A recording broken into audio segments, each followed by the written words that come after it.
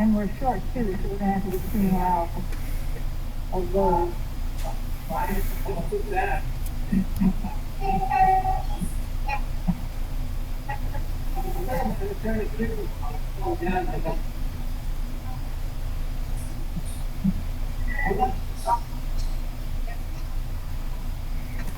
Yeah, just take it about a little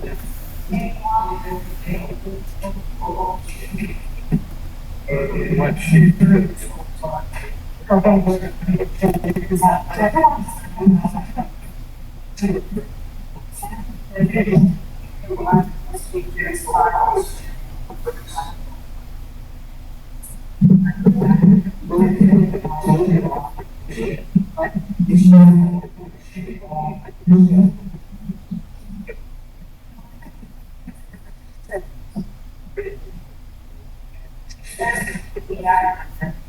Can you do this?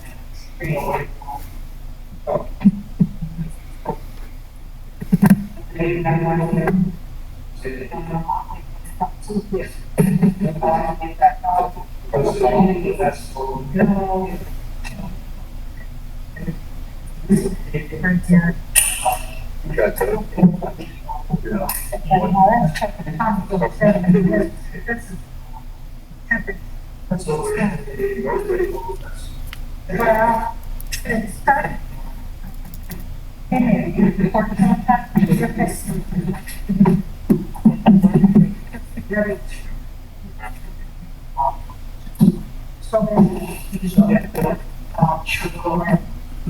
okay.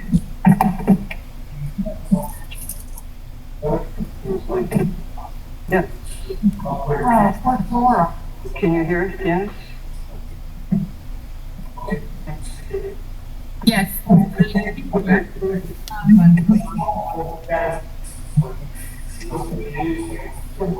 Hey guys.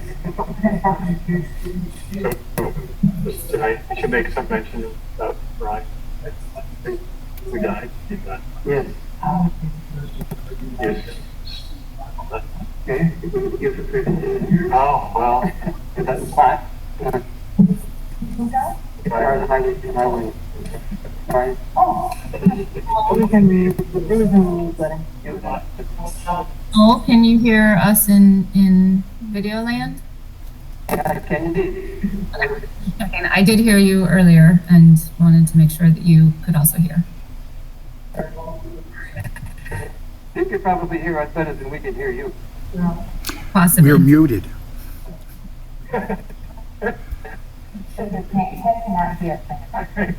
Or if he wants to be. what?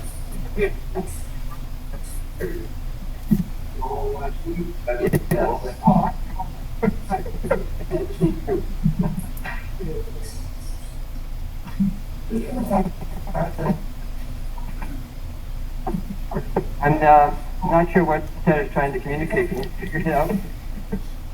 You can't hear it. Others can, so that's kind of strange. Interdigitation, what is that?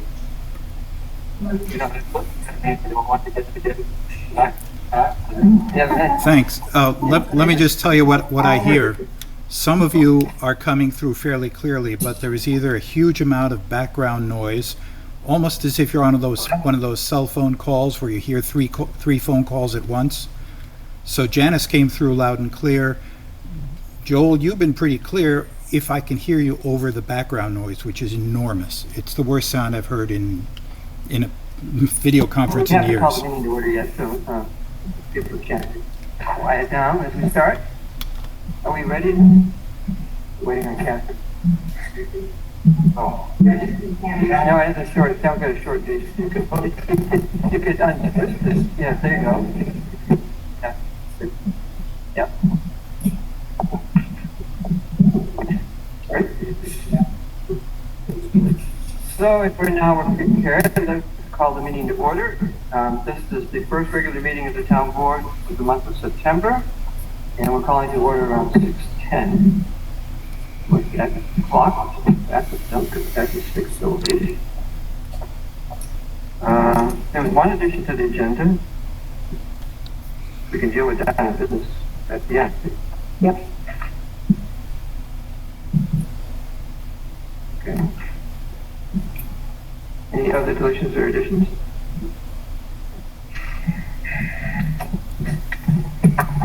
Any? Okay, so next up, privilege of the floor. Is there anyone who would like to address the board on any matter?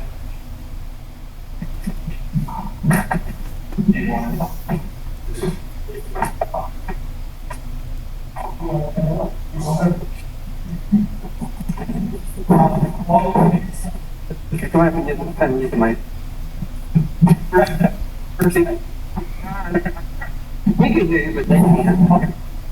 So let's just pause up and on and get close enough so it can be heard. That's good. I think so. Okay. So my name is William Jason Perkins.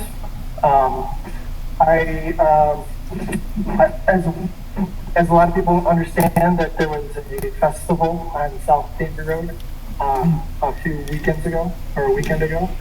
I am one of those residents that was directly affected. I'm right down the road, maybe 200-300 yards from him. And I just wanted to make sure that people understand that it was a festival that I did not appreciate. It was very disruptive for 2 days straight. I don't want to see this happen again. I don't believe that the right to even put it on.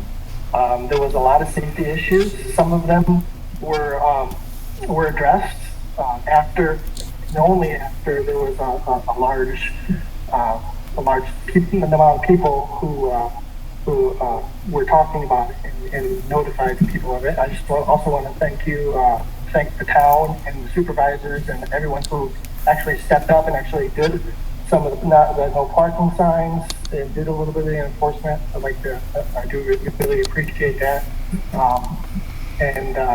I just wanted to let everybody know that I had a really horrible weekend that weekend, and it's not something I want to have to go through again or have to tolerate. I shouldn't have to. Whether it be that something is done with festivals or sorry, whether Nice meeting you. thank you. Whether it be activities or type of festivals, there needs to be some type of permitting or some type of organization or something to work with the town. But from what I know, that there wasn't really that much done prior to the festival going on. I didn't even know about it, and I'm literally throw away from the residence that it was being held at. I just came here to get some more information on what's going to happen and what is going to, for the future, and what is going to happen because of this event. Thanks. Thank you. Anyone else? Privilege of the floor?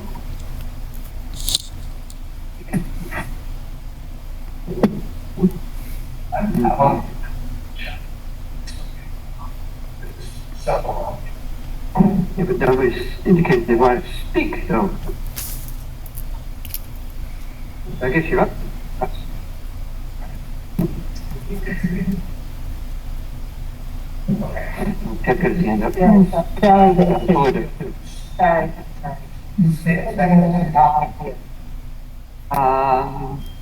Yeah, Sally had her Sally hand up too. Yeah. okay. Thanks. Okay, Sally. Welcome. You need to be unmuted, right? Did I do that? What? Can you guys hear me? Yes. Okay. Oh.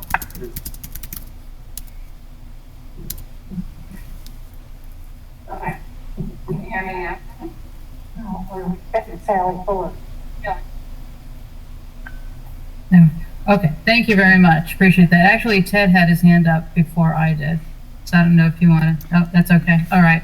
I wanted to first thank the town for putting up the no parking signs for the BBQ7 event. My husband and I owned the property immediately adjacent to the event. We do not live there. We have a tenant there, so we're here to protect the rights of our tenant and also the value of our property. It was, we were actually present during the weekend. We stayed nearby and we drove by several times. It was extremely disruptive. It was unsafe the way the cars were parked along South Danby Road. They would be moved periodically, but they were definitely, I saw at least 3 times, and I obviously wasn't there, sitting there the entire time, where there were several cars parked along South Danby Road. And because of the way the road is, there's knolls that you cannot, the drivers coming up from 96B, and there's quite a bit of traffic, and of course more so that weekend, there was no way to see pedestrians or cars parked on South Danby Road, and especially at nighttime since there's no streetlights. It was a dangerous situation, and it was also, of course, we were promised that the music would end at 10 o'clock, and after we were promised that, the schedule was published online for the last band starting at 3 a.m. I approached Angelo about that, and I was told there would be quiet music after 10. It was not. We're very concerned about this happening again, and we're really hoping that the town will be able to put something in place to prevent this from happening again. Thank you very much for the opportunity to speak. Thank you. Okay, Ted. Okay, hi. First of all, I'd just like to point out the obvious that the sound is horrible. Janice is clear. Joel, you're clear when you're speaking, but there's a huge amount of background noise. Sally was clear, but all of you are getting small dropouts while you're talking, as in, and it continuing, just goes silent. I suspect that you're not only having trouble with software, but that your audio gear in the meeting room is misconfigured, and it's picking up a lot of background sound. That was one. Jen, by the way, since this is a chance to say opinions, personally, I would very strongly urge you to stick with Zoom. Its good points and bad points are well known. Everyone is used to it. It works. And it's much more, my quick experience is it's more flexible from the user's point of view. Correspondence, Zoom or not to Zoom. Oh dear.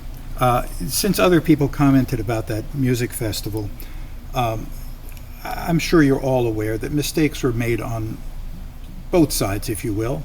I think that the organizers did not really provide enough advance notice either to the neighbors or to the town. And if I may say, the town did not handle it very well either. We listened to more than an hour of discussions that went nowhere.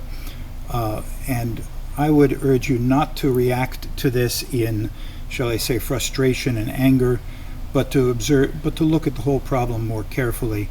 You don't want to throw out the, what's the word? Throw out the baby with the bathwater.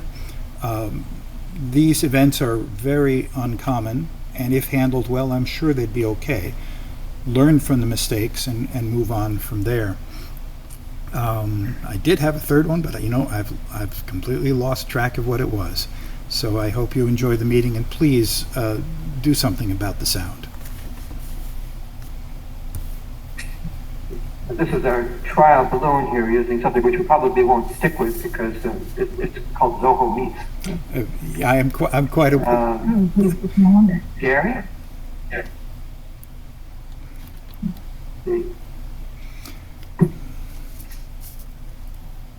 Good.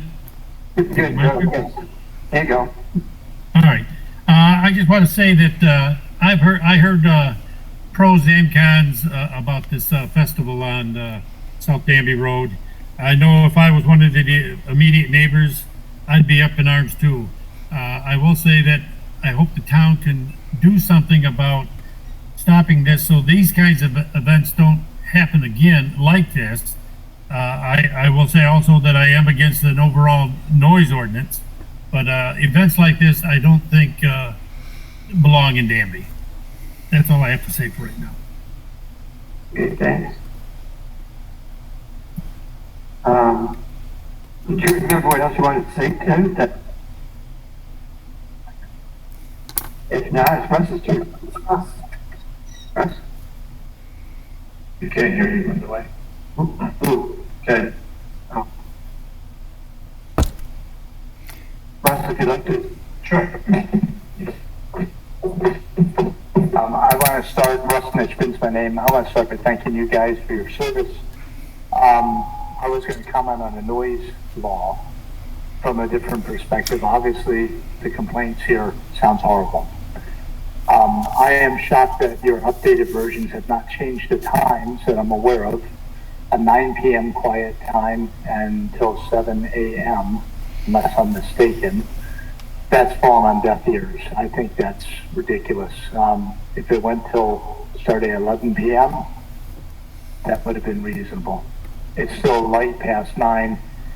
The other thing on the noise is in the town paper, Town News, which I think, Pat, you wrote the article on it, it totally misrepresented the meeting that was here, the hearing that was here, where 70 people showed up and every single person was against it. Some people were very rude. Nobody spoke for it. There was one lady who played a video of a motorcycle. She did not say she was for it or against it, but said this is a problem.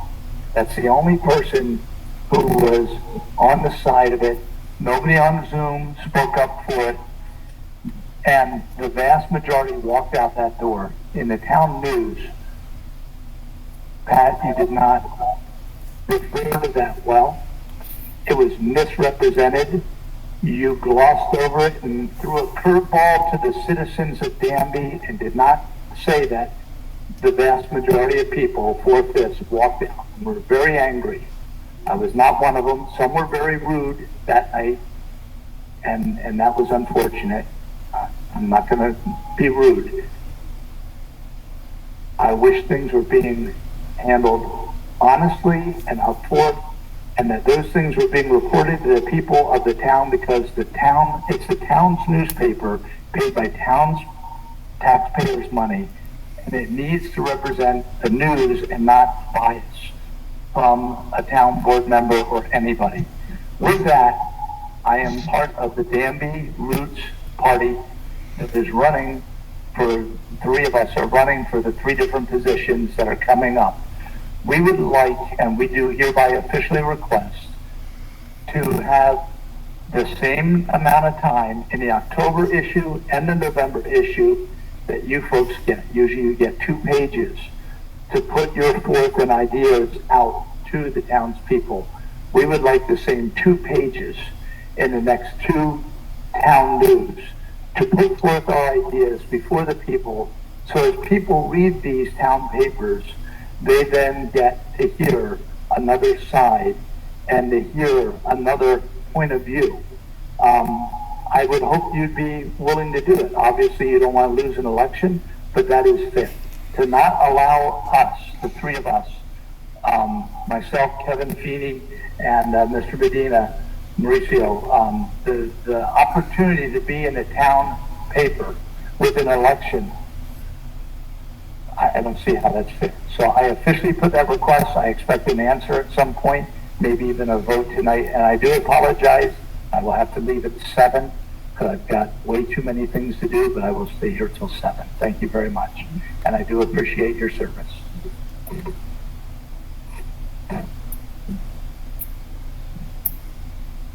Anyone else address the board? You remember what you forgot, Ted?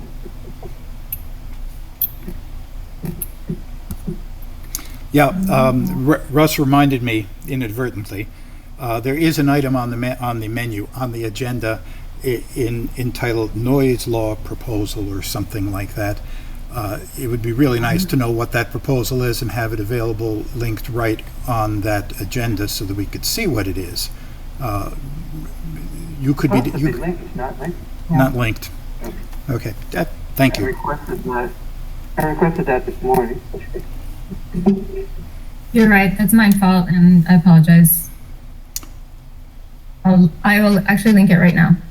But of course, privilege of the floor is over now, so we can't comment on it. Yeah. Sorry about that. That was an inadvertent oversight. Absolutely. Well, I mean, what Russ said requested might warrant an addition to the agenda. We're going to talk about it. If we're not going to talk about it, then we won't deal with it at all. I think it's worth talking about. So maybe add that.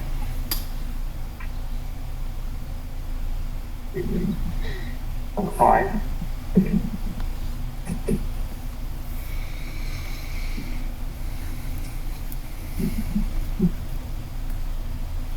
Well, just in case that people don't know, there's still 2 newspapers in Danby. One is still written by Ed, which he sends out, and then there's the other one. And I don't know who edits that, or is he in charge of that newspaper? Which Ted? Yeah. No, not Ted. Ours. The other Pat. Oh, Pat. So you're the editor. Sort of. Sort of. I'm the copy and paste. Submissions go to you. Ted is paid by Correct. the one that we're talking about. It's paid by public. This is paid by Danby resident. Right. The same money that used to pay for the Danby News. Danby News. It's a town paper, that's literally a town paper and not a paper of the town board. Oh, That's just your way of, It is a town. that's not the news the way you want. We'll talk about it. So we're going to bring that, We'll we'll talk talk about it. when it comes up. Come back at the end of the agenda. Well, anyway. Any correspondence or announcements? Yeah. No. Okay. Reports. Did the course report get done? Yeah. I didn't see it. I don't know. Okay. Do we get a code office report? I think so, yes. I looked at them now. Yeah, there were 2 reports, they're both there. I did not get a report from Steve before he went in. I have 2 reports from the clerk, the July, which was missing, and the August, which was current. So those are the 2 linked reports up there on the agenda. Brings you up to date, right? Correct. And we do have a report from Steve? I didn't see a report from Steve. He's in the hospital with back surgery. Our town planner is here for a verbal report as his predecessor did. Yeah. Yeah.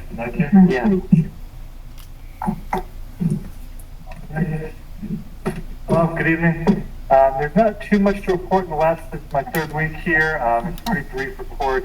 I came in, I think, at a kind of a quiet time. There hasn't been too many things coming into my office. I've just been responding to kind of outstanding requests from the last few weeks where the last planner was in.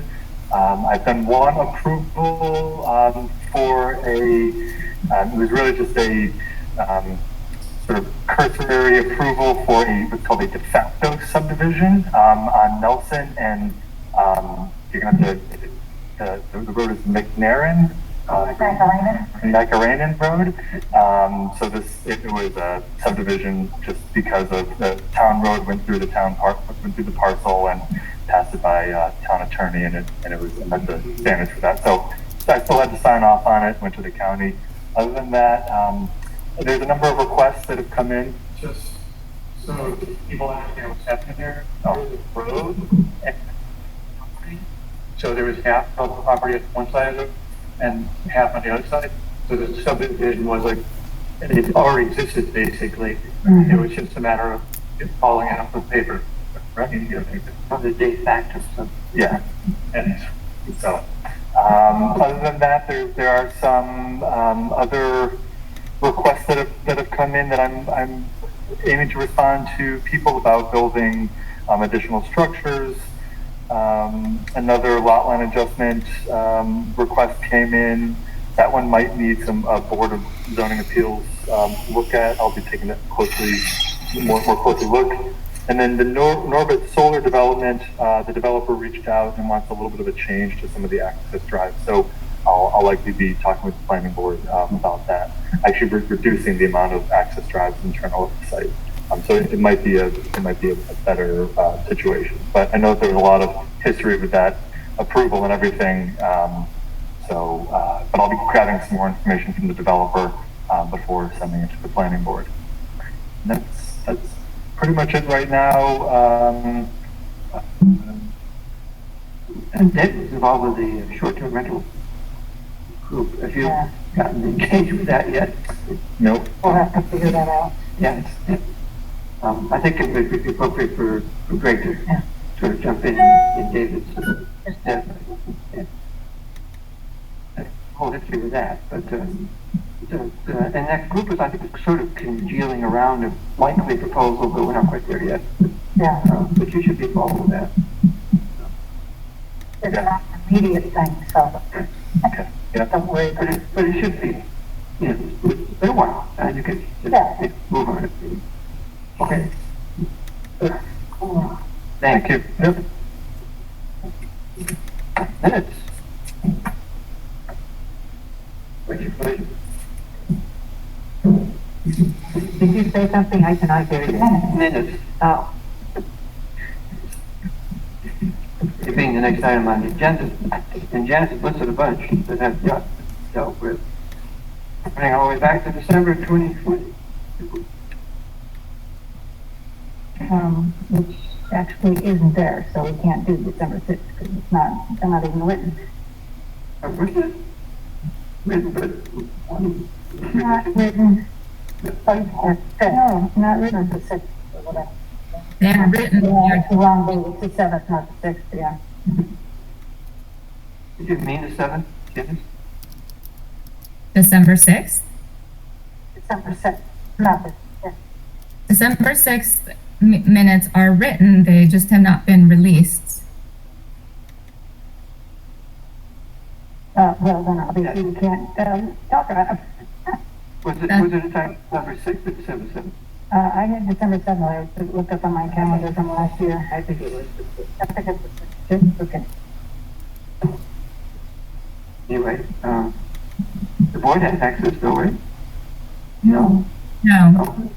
The December 6th meeting is the very lengthy one, and it's the one that Leslie read into the record, her statement. So it's taken a little time to go over those minutes.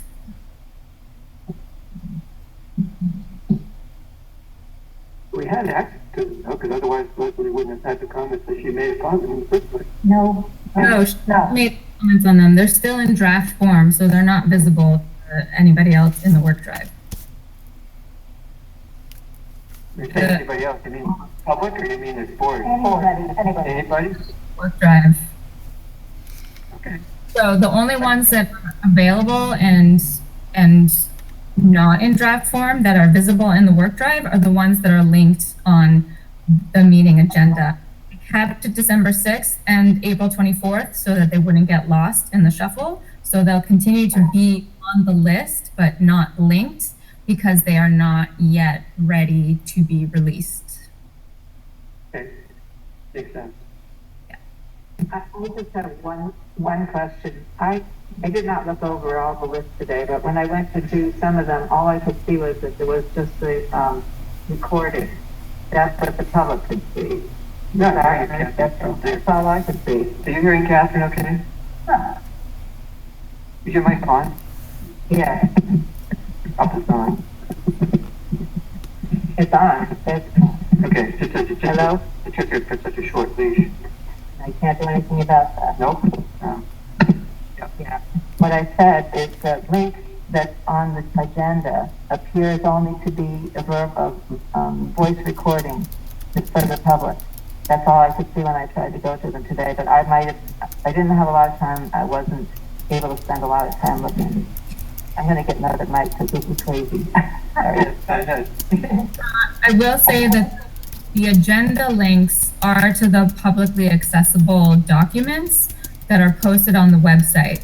What the board needs to go to are the documents in the work drive that I noted in the email that I sent you all, that if you go to the team folders, town board meetings, you will have access to all the files that are in those particular folders for any given date of a meeting. And that's where you should be reviewing the minutes, not through the publicly accessible shared document. Yeah. I sent all my comments, I think to everybody. Yeah. I did as well. Must say it'd be easier if you modify the minutes as you would suggest and see whether it's okay with Janice.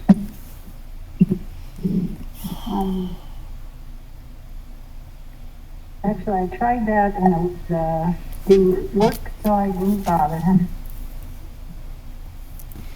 You couldn't? Couldn't. So, how should we proceed? I didn't have any problems with 419.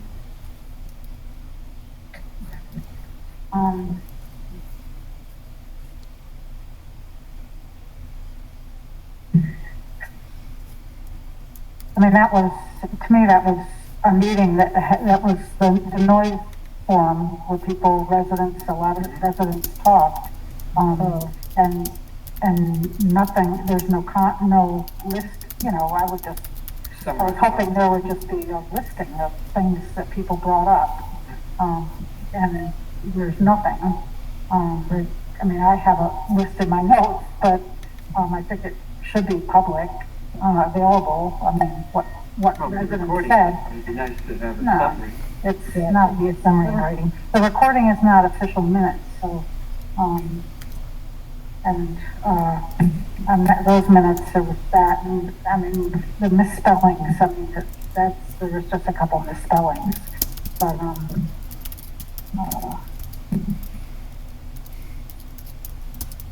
I still think that there should have been a little bit on the form. I agree, there should be something on the form in there, part of the official minutes, so we need to wait on that until it gets put in.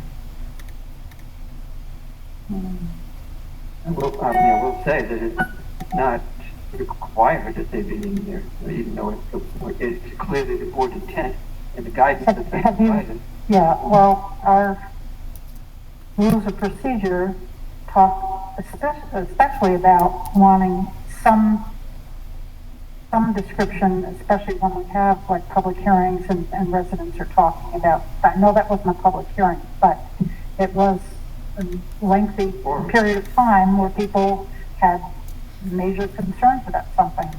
And that specifically, I think, was addressed in our procedures, saying at least an outline of what was said. Yep.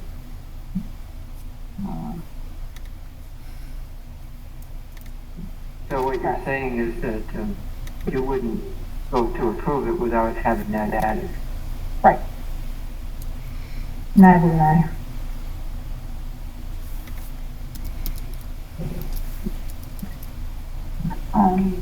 May 2nd had still doesn't have the correspondence, the policy we approved as part of the minutes. These things we approve are usually attached and it's nowhere. Yeah, it's like a local law that you're missing too.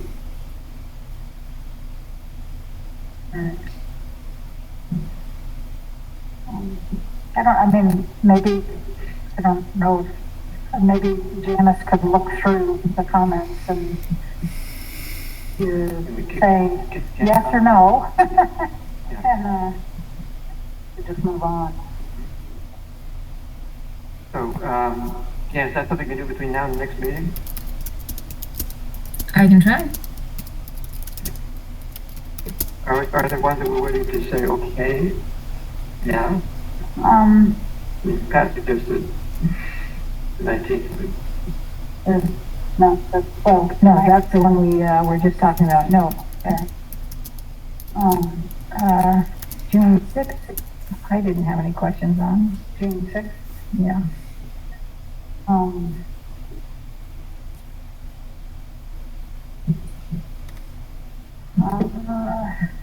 There's at least one spot where the resolution number's wrong. And I guess we could talk about it, but I have a problem when in the minutes the resolution numbers aren't sequential. It's fine if you didn't deal with it in order.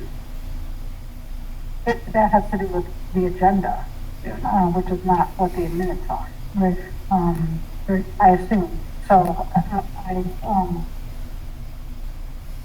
if somebody's going to look for resolution 79 of 2020, it's confusing if they're not in order. There is a resolution book that is separate from the minutes, so you would have to know which meeting resolution 79 had been approved in, so you can then go to those minutes, and if you were off, you would have to go to the other minutes, and so that's why there's a resolution book. Yeah, I think it's just a disagreement about record of the minutes, the record of the meetings, I'm sorry, and that, the record, for that concerned, should be what actually happened. And if we do the highway department first, and with the warrants, then to me that should be a resolution number that is before the other two, and not be driven by what the agenda says. Because anyway. Yeah, we can talk about it. I mean, I feel like I disagree on that point, and as far as I've been involved in note-taking in minutes and following agendas, I have seen on numerous occasions where the agenda stays as you go to the minutes, and that's why when you do sequential ordering, if the agenda gets discussed out of order, the resolutions are numbered sequentially as they happen, and that is your record of what occurred when it occurred. And then not only are they numbered in the order they occur, but as they're written, they should be written in the order they occurred. That is a representation of what happened at the meeting. A representation of what happens in the meeting is that the meeting goes out of order in referring to specific business items. Yeah. Yeah, and then you show it in your minutes. Let's just move on. I'm inclined to agree with that. I mean, the minutes should reflect what happened in the order that it happened. If we take it out of order, then that's the way it appears in the minutes. Correct. Sometimes we do occasionally jump around or take things. Well, sometimes there's a lot to talk about, like in the general fund, and highway or water are just easier. So we do those, sometimes we do those first just to sort of get them out of the way, and then we have time to talk about the general, the issues with the others. So there's reasons for that. Yeah. But maybe Jan could look through the notes and we'll try again next meeting. Or, the other thing we can do is just say, board review is not approved, and just move on. That's where I am a lot. We can just move on, that's all. And we have to decide which point do we want to say that about. I mean, that's kind of where you already are. As long as they stay in draft form, that means that you don't approve of them. So, Hasn't been approved, right? All right, but there are a lot of times where there's an incomplete sentence, like something like, she said, and the rest is missing. Though it's not appropriate to have minutes with that. That, in fact, is something in June 21st. fix that. Yeah. Your note, I appreciated it, and I made the change. Okay. Okay. I don't know how many times we did. Oh, good. We'll deal with it next time. And then there's a bunch more stuff that comes up the next time. No, actually, there's not. No? No, the same thing. Yes, same thing. I looked at my list from my previous list, and it's the same thing. Same thing. And it may be the same things because we disagree on how minutes should be structured. Yeah, well, if that's the case, then it's just some way for you to indicate, Janice, that that's the case. Yeah, so I've gotten through all of Pat's comments for today, and I've gotten through half of Leslie's. Okay. All right. Now let's do it. Yeah. We're good. Glad that wasn't me. Right. Let's bring this to the warrant, right? Uh-huh.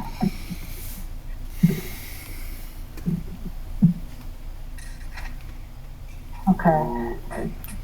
Pat, you went through them, right? Yeah. And the grant waivers is very wrong. Oh, yeah, the what? Grant waivers.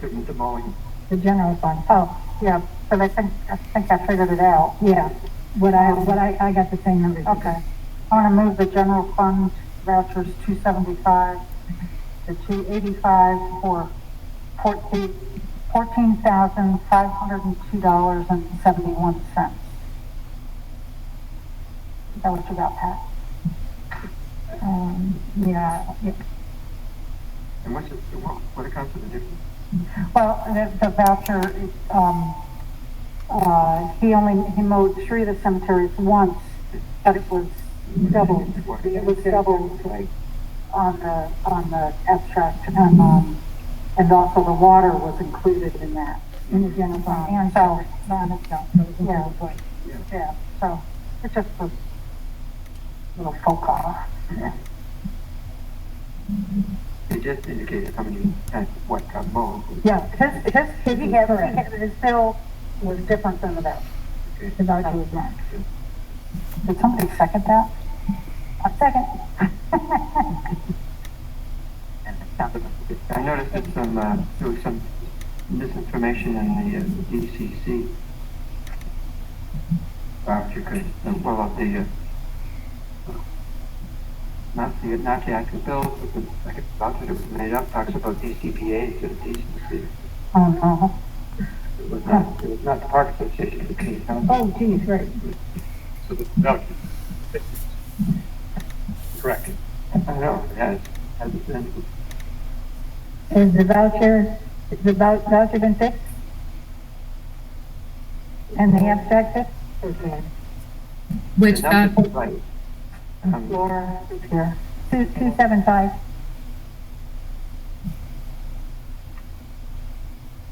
The bill that's submitted actually has it correctly listed as Danby Community Council. But the voucher that was prepared to talk about DCPA instead. 275 was the small one. 278. She's talking, but she can't hear. Oh, That's something. we can't hear you, Laura. No. She may have this problem because we've had this problem with her computer. Right. She still doesn't have the new computer, evidently. She's shaking her head. She was going to call in. but you didn't get the, Yes, it is. Almost. Can I ask a question? Because I have the voucher information that I got from Laura, which is all for the Danby Community Council for 2022. yeah, So, right, and it was not, when it's for, see what, it's so, for 2021. Right. so Laura told me to put the account as 600, which is listed in mine as pre-approved DCPA. So it's really for it's the same account, but it's a different name. Doesn't DCPA have its own?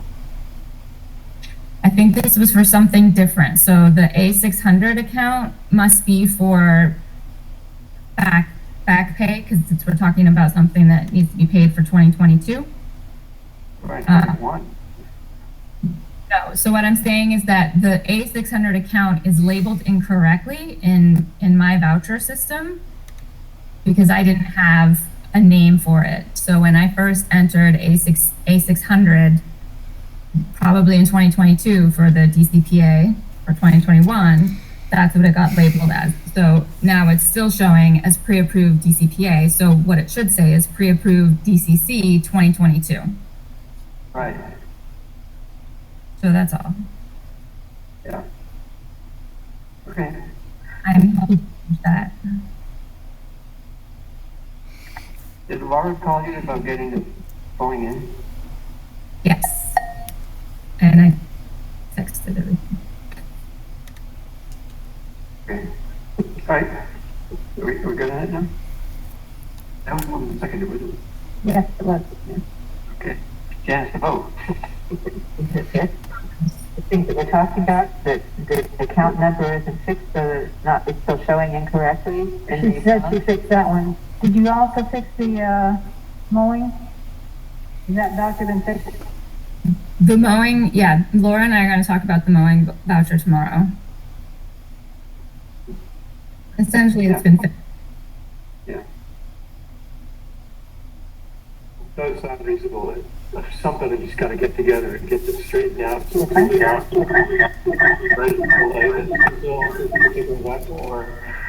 Well, we have the right amount.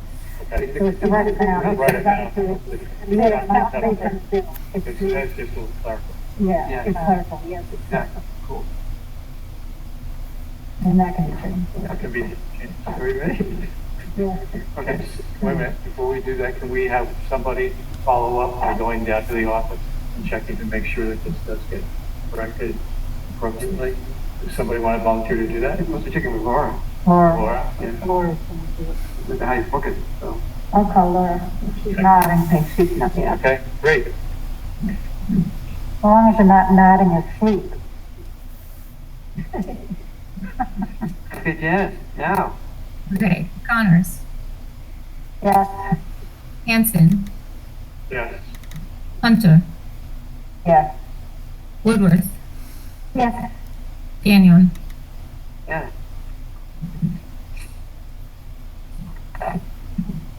Made me lose my spot. Okay, I move the, water district, should be 28 for $70. I'll second that. that was pretty straightforward. Yeah. You ready for vote? Yeah. Okay, Connors, Yeah, Hanson, Yes. Hunter, Yes. Woodworth, yes, Daniel. I realize we just took those out of order. really, yeah. Resolution numbers were backwards. Yeah, I move the highway, fund vouchers 179 to 190 for $35,840.71. Second, Discussion. Okay, Janice, Connors, yeah. I'm sorry, Hanson. Yes. Oh, you Hunson, really. But it's Hanson and then Hunter, not a mix of the two. Yes. Hunter is a yes. Woodworth. Yes, Canyon. Yes. All right. It's time to business. There was a noise working group, and out of that group has come a proposal. And it is, at this point, linked to the agenda. The question is now what? I think that we ought to have Guy take a look at it. Right, that's fine. But I think that the people who have asked that because there was another noise law that came out of that, we're not taking an action without it being approved by a lawyer anyway. So I would like to see it taken, have Guy take a look at it. I can say that after many, many efforts in that noise group, we've come to a stalemate. And some people have worked on this for years and years. This is the most non-pressured, non-threatening suggested law. And I did check, just so that people know, I did check today. I called Lansing. They don't have a noise law, and we have been encouraged, the noise group knew this, and we talked about it, encouraged to have something that the sheriff did not have to have something different for every town in the most simple possible, so that anytime anybody's called, they don't have to take through numerous laws with numerous exceptions and numerous differing details. So if we could, and I know that the town attorney just completed a law for the town of Catherine, is that right? But I don't know that that was voted. I don't know if it was voted on yet, but because they have some of the same issues we do with it. Yeah. But Guy did do one for Catherine, so I'm sure that the subject matter is fresh in his mind. Great, and just for your information, Russ, that is not, what you saw is not updated at all, what you saw. What we had, the times on this are 10 to 7. 11 p.m. 11 p.m. to 7 a.m. 11 to 7. I had a couple of questions or comments. I only had one. I mean, I noticed that the Army refers to one agricultural district, and we got both in Danby.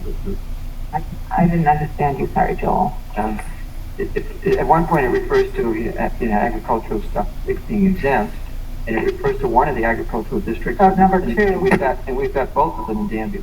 So located in One and District two. 1 and 2. Okay, that's a detail. That's on the second page at the bottom. What did you notice about it? Okay. Um, Somebody remind me when I can see better to write something. on the first page under excessive noise, it talks about damage to property. And I thought, well, how does noise damage property? Endanger, whether injure or endanger the comfort, repose, health, peace, rest, or safety of any person, or causes property damage. Well, I can see where an ongoing source of noise could damage your property value. That is what it's referring to. For instance, if you had that hemp operations like thing, industrial facility across the street from you or in your immediate neighborhood, and it were an ongoing thing, I would think that would affect the value of your property. Yeah. Okay, damage to property I should or change that. business. I don't know, just the wording is a little weird. Okay. Okay. That'd be intent. Yeah. Okay? Yeah. You're on time? Yeah, but I need to have the notes back to me. The very last sentence on that page, You want to screen share? I don't care. No. Have you got it right there, Janice? But you could try screen sharing in this medium. Okay, give me 1 second. You guys like to see it? That's true. Probably. It's not long. We could Yeah. get Yeah, it. it's pretty short, actually. The preview. Yeah. We've got, Two people are, okay, this one is, I don't know what their, Well, what about Ted the- and Sally are. Bodies. No.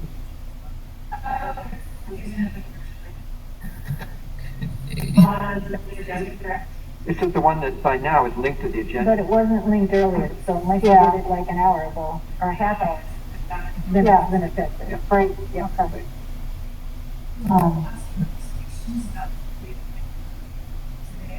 well, wait until they're done and then open it up, right? Okay. They could have it here, so, yeah. Yeah. Ta-da. Okay, at the bottom of the first page, Can you make it bigger? Yeah. for us old people, I can't even read over here, let alone over there. How's that? Getting there. More? yeah.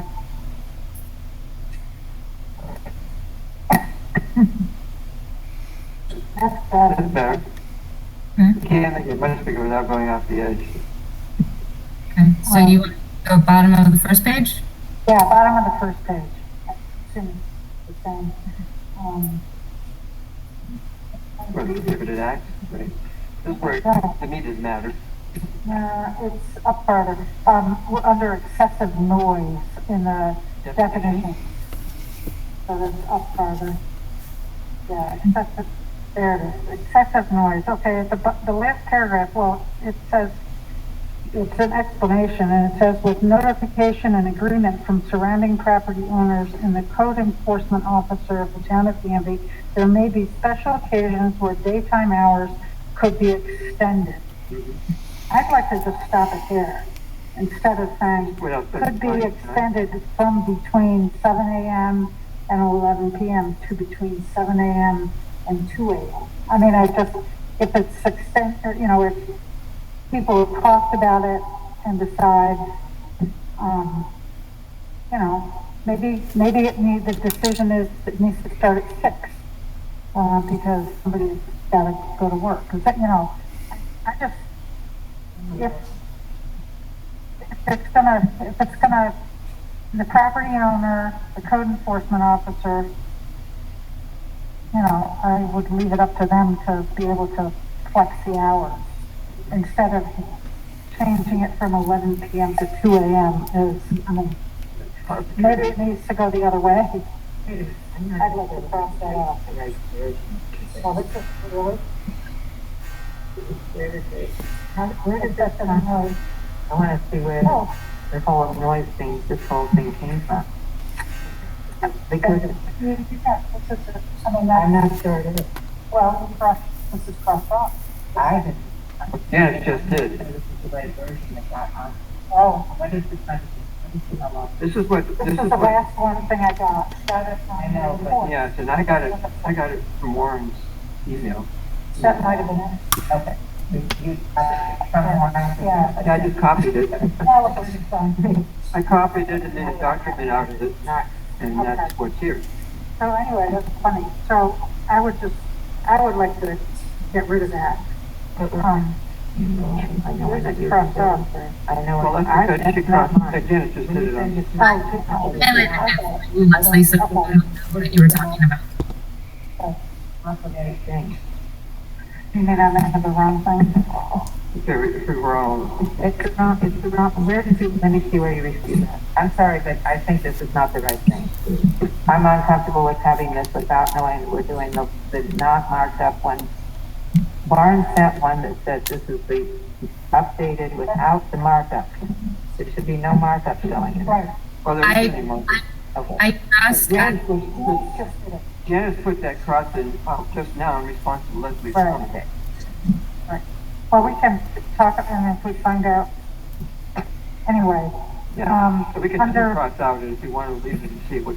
I would like to see, a definition for reasonable person standard. I don't think there is one. Well, we need to That have is the something. definition, is it? Right, that, We need to have something, a Yeah. description of what that is. there is not. That, Reasonable person of normal sensibility. right, there is Okay, no, well, that is the definition. okay. There's probably That was you know, discussed without in that meeting. malice and what, you know, there's It's probably some subject to descriptors. judicial interpretation, but that's Yeah. a lot of, Right. Right, No, I know it is. that's like rural design, just so you know. Okay. yeah, right, rural character. And down under C, motor vehicles, excessive noise, it's, the excessive noise is audible at a distance of 25 feet or more from the vehicle when operated on a public street or in a park or other public place. What if it's not in a public place? What if I'm running a machine, you know, in my yard that's so loud it's blowing everybody out? But this is motor vehicle. Yeah, right. Well, yeah, the motor vehicles is defined as being. It has to be on a street or in No, a it doesn't park? have to be on a street, it's a definition, but it's motor vehicle, it's not a machine on your Yeah, property. right. Right, I mean, you Okay. can have a, Like if you had a well driller on your property, that's, I don't know whether you really want to call it a motor vehicle. Yes, it can be driven on the road, but maybe it's pounding and digging. I don't know that you would count that Okay, as a. well, I just think that was a little awkward anyway. The point of the fact that we're discussing this, just so you all have some understanding of how difficult this is to do this, it is not because anybody's trying to defy or do anything, it's because it does take time. People have been working on this noise issue for, 20 years, I've heard.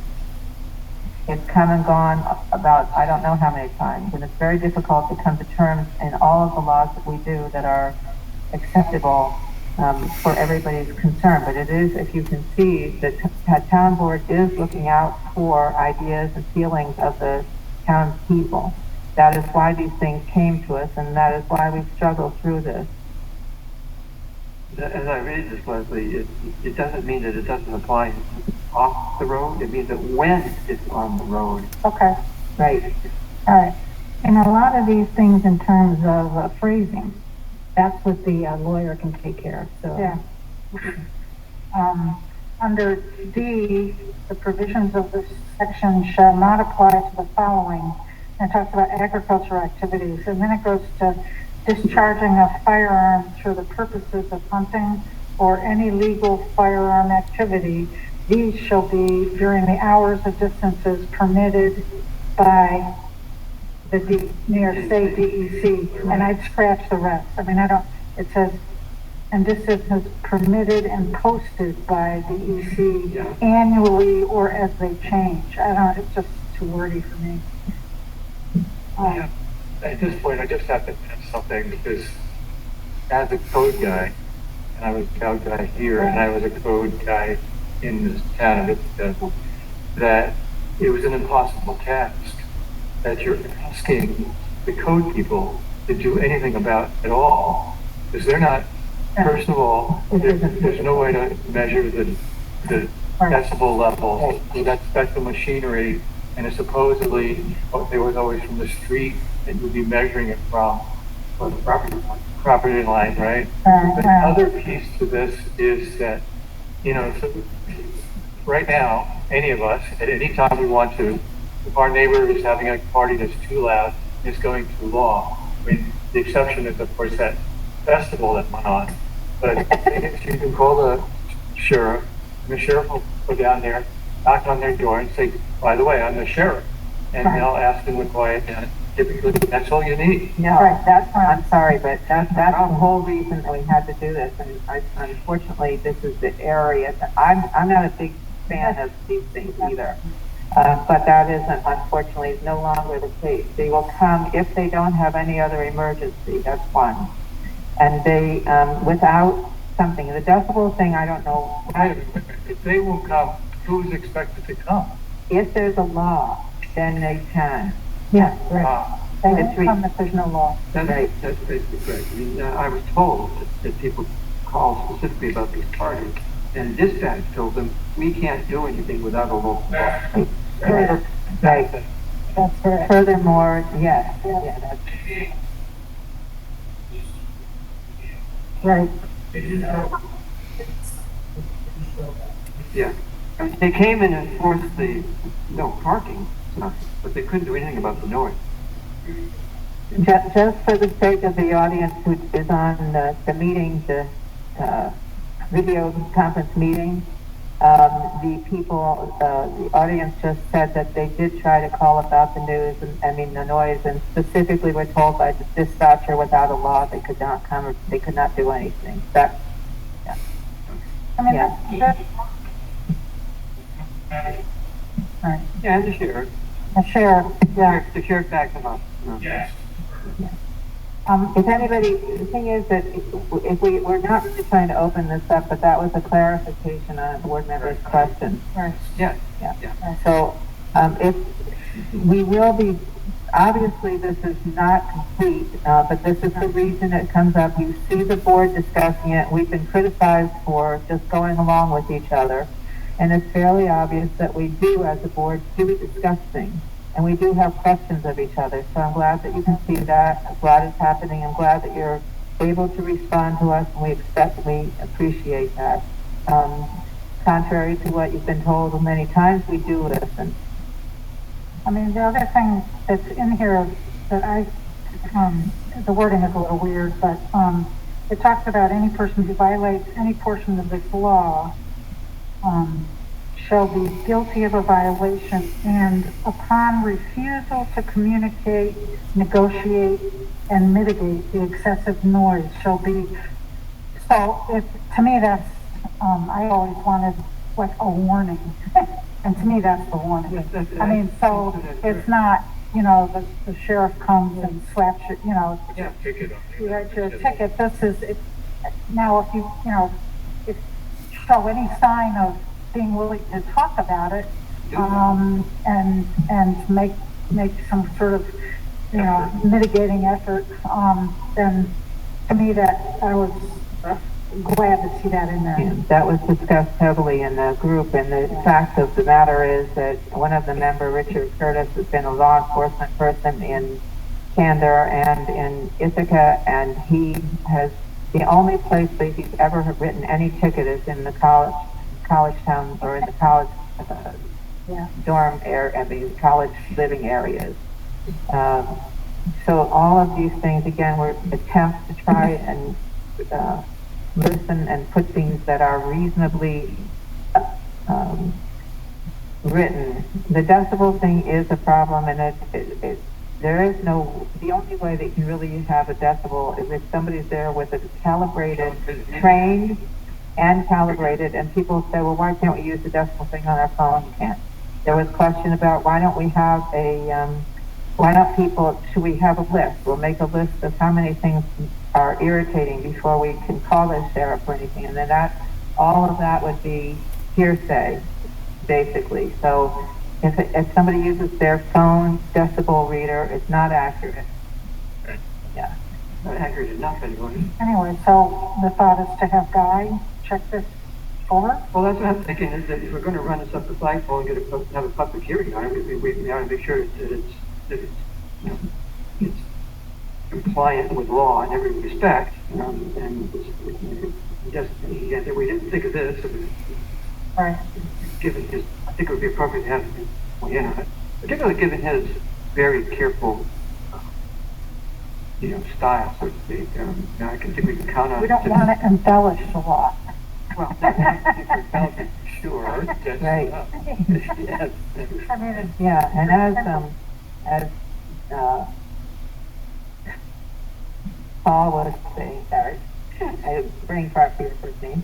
As Paul was saying, it's not, this is not a code officer or a planner having enforcement issue. That's not, we're not asking code officers or planners to enforce anything. This allows a person to call the police, in this case, the sheriff's office. that's not clear from reading it. I think it should be made clear that we're not talking about a responsibility for the code officer, and it's mentioned in there at least twice. It looks to me like Not it three times. looks like either or to me. Yes, so I think that needs to be clarified. No, it won't, and it shouldn't, it's not appropriate, not fair. Well, I mean, I think what's intended here is that if you have an ongoing source of noise, not like a party, but like the hemp Right, the hemp situation thing. where it's an ongoing thing, that, whatever it is, it's happening every night or it's happening every weekend, And then if it's appropriate for the code enforcement officer to be, to take Or- it up at the court for it. Or in the case of the hemp or some of these other things, in the case of the party on South Danby, it simply wasn't permitted by zoning. So it might be that in the case of saying this is simply not permitted by zoning, that might be a different situation, you know? Like for a planner to go and say this issue, you know, this party that you've planned is not permitted in your zone, would be something that could be said, correct or not correct? Part of the problem is the zoning has no enforcement as part of it, so that needs to be adjusted. Okay, so the problem word is enforcement. Is that the problem word?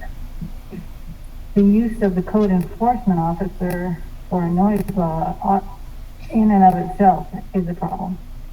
It should be the sheriff, period. I mean, the main purpose of this is to make it so that the sheriff. Yes, that's the Yeah, purpose of it. but don't expect the sheriff to be prosecuting Right. a zoning violation. Right. This is a noise law we're talking I about. know, but if the noise is a, industrial machinery issue, you expect the sheriff to prosecute that? Yes, if it violates the noise law, yes. Well, If we could that's find out. probably a violation of the I zoning. mean, it could, if it was just, if this hemp thing, okay, that's the one that we're always thinking. Yeah. Yeah, that's Right. So they have fans going all day long, and everybody knows about what's going on. Neighbors don't like that, so it's loud. But I'm not sure that the sheriff has the equipment to measure it at street signs. Do they Right. have that? Yeah, the code enforcement person doesn't have it, or the training to do that. Mhm. So again, then it becomes a matter of litigation. The Right. code enforcement person can write a letter saying that we have issues with the sound and safety activities. Right. Okay, so that's the beginning of it, and then it goes to the courts. But somewhere along the line, they're gonna have to measure the dB levels at the, which is the outside of their property to see if it's actually against. Well, higher level. not necessarily, because there is both a subjective and objective standard in this law. And the question arises here is when can you ever have an objective standard used if the issue is the accuracy of a measurement device? Well, I want to go back to something else. So this hemp farm got planning approval, and that's a mistake that was made, in that they didn't talk about the noise levels that was going to go along with it. No, it didn't have any. Never got approved. It never got approved. Never got approved. No. It's an ag operation. They claimed it was an agricultural operation, and consequently, But then it turned out that the town looked at it and decided it was not an agricultural, it was a business operation.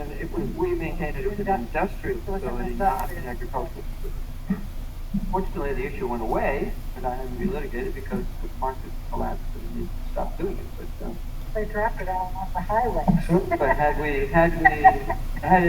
had that situation not developed, So, how do you discriminate between what's agricultural usage and what's a business usage? well, active business. Yeah. Okay, we didn't say business, we said industrial. So, my neighbor mows our fields all the time. It's a wonderful. It's like part of the field, the neighborhood that we live in. Yeah. And we look forward to those times when he's out there, keeping track of what he's doing, the rest of it. And That's an agricultural activity. yeah, it's an agriculture activity. So once you chop up the hemp and then you bring it inside the farm, and then you're inhaling the shit out of it, then we're at what point does it become business? I don't It was a know. business, Is that a way of describing that? No, in this particular case, it was because they were getting hemp from more than one source. Oh, they're pulling it in from elsewhere. Right. Which Yeah. made They it- weren't growing it on site. That was the problem. Yeah, it wasn't growing up, they were kind of multiple. There was a lot of, So noise wouldn't have been an issue if they didn't bring things in from and outside. it wasn't just noise, electricity. I mean, they had problems, the neighborhood was Oh, the without lights. it. It was, they would be without electricity. Yeah, The but- trucks, but the they had road to- was ruined. I mean, Yeah. it was not a good. It would have been a much harder case if they had been processing their own stuff, their own on site. but that's not what they were doing. They were trucking it from Burkendale and dropping it off the road. That was pretty fun. Oh, look, the kids. Yeah, So, It's hemp, not marijuana. yeah, wow. they don't know the difference. So the impetus for the sound law has been here for a long time, Way before the hemp law, yes. but, and the impetus was neighbors wanted things shut down. And Well, they we've weren't- had, as I reported in the town news, historically, there've been several causes for complaints about noise. Art is one, gunfire is another, we get carried away. And motor- machine noises, dirt bikes, Off-road vehicles, yeah. yeah, those are the big three, I would say. And we've accommodated in this graph here, the sort of normal levels of these things which most people associate with the rural context. And that's what the problem. That's what we were hearing from So people. the three ones for guns, ATVs, and what was the third one? Parties, loud parties. And music out of people's houses that was loud in the neighborhood, but that was the same idea as a party. I mean, there are and people get down on two sides on this issue. Right. There are people who move here because they expect the countryside to be quiet, and then there are people who expect the countryside to be rural. And part of that rural culture is these kind of things that we're talking about: gunfire. I think is a normal part of the rural culture. So is running around in ATVs and dirt bikes. And those people were afraid that what we're trying to do was curtail those sort of traditional and customary rural activities. And there's been a provision for that not to be prosecuted. This tries to point out that some of these things are normal and you can expect them in a rural context. That's hence the reference to the DEC rules on gunfire. Great. And there was heavy discussion about the fact that people don't always put mufflers. That they modify, they take off the proper mufflers. I mean, there was for a while, I don't know, now I don't know whether it's in here or not. The part about machines have to be run the way the manufacturer meant them to be run. And that means with the proper muffler. So dirt bikes, people take them off. Because they like the noise while they're doing it. So Makes them go faster. Yeah, right. yeah, it does. How much? Well, that's the Without the thing. muffler. They're power robbing things. Yeah. So you want to minimize it. That's the Yeah. sound of it, yeah. Okay. Jan, can you back up to that objective standard versus subjective? So that was another thing that was heavily discussed, and if I use some of the language that that was used in that, I would say that I won't use it exactly, but there were some people who were specifically saying that no matter what you do, there's going to be somebody who is, let's see, how shall I put it, mean and intending to be a jerk and doing things to people on purpose. And those are people who are saying that no matter what you do, you cannot regulate those people. The most of it, as we all know, we certainly don't have a society of people who follow every rule all the time. But if we have a rule that's reasonable, that's what a reasonable person is, and it is subjective somewhat, etc., then the majority of people are more inclined to respect the idea that quote, control is not stopping people from doing things, but it's also allowing people who move to a rural place because they do want it to be quiet. It's a balance, and the discussion about lawnmowers and mowing fields and everything, that's not part of it. It's just, it is what happens. And the discussion about whether or not people will talk to each other. The discussion earlier that said that all the people that came here were all against it.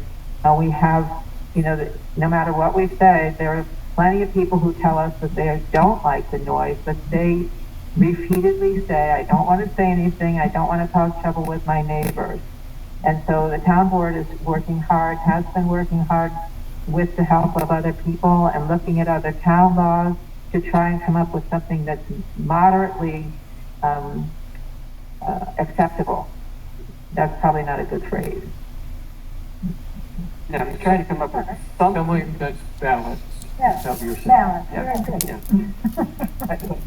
Yeah.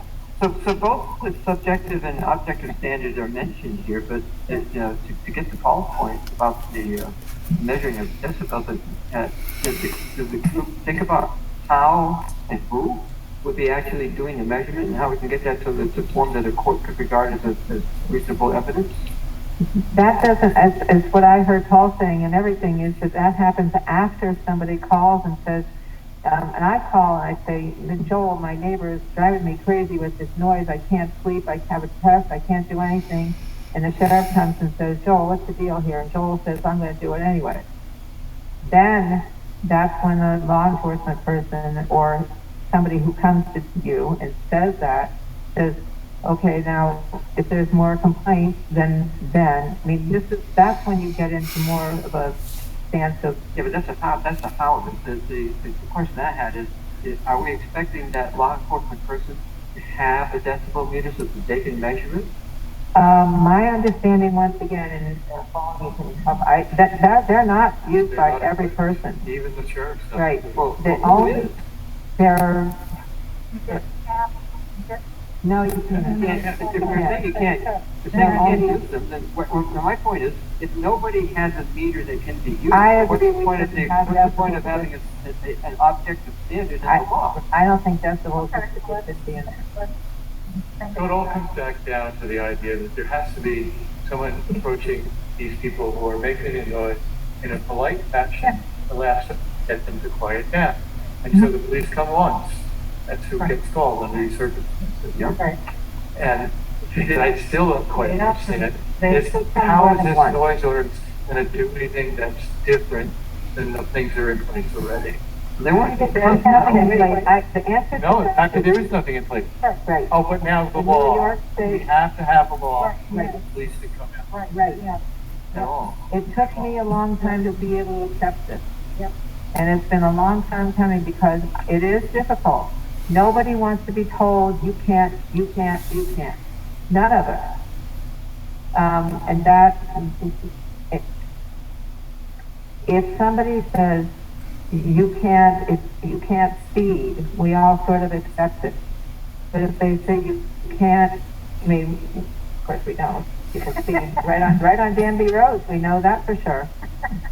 Anyway, it's the first step that allows the person who is very uncomfortable speaking to a neighbor to have some opportunity. Otherwise, as we heard, you call the sheriff and the sheriff says, I'm sorry, I can't come because there is no noise ordinance. And just for the record, publicly written on the Facebook page of the person who had that party is, I moved to Danby because there's no noise law.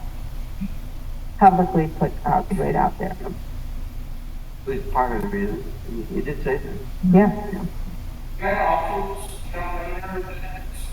that if you're going to ordinances, like you can't do this without there's a if it's all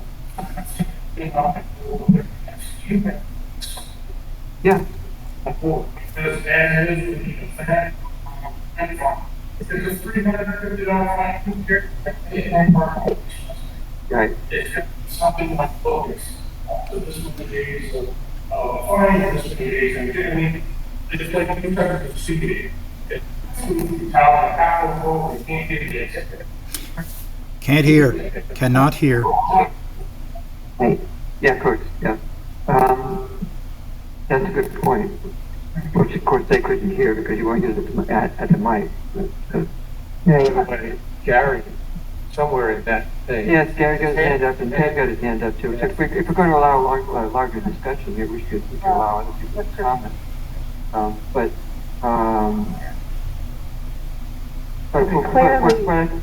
What I guess I'd like to see us do is agree on the basics of this that we could run by Guy, and then at the next meeting we can decide whether we've got something that we can then schedule a public hearing for, which would be in October.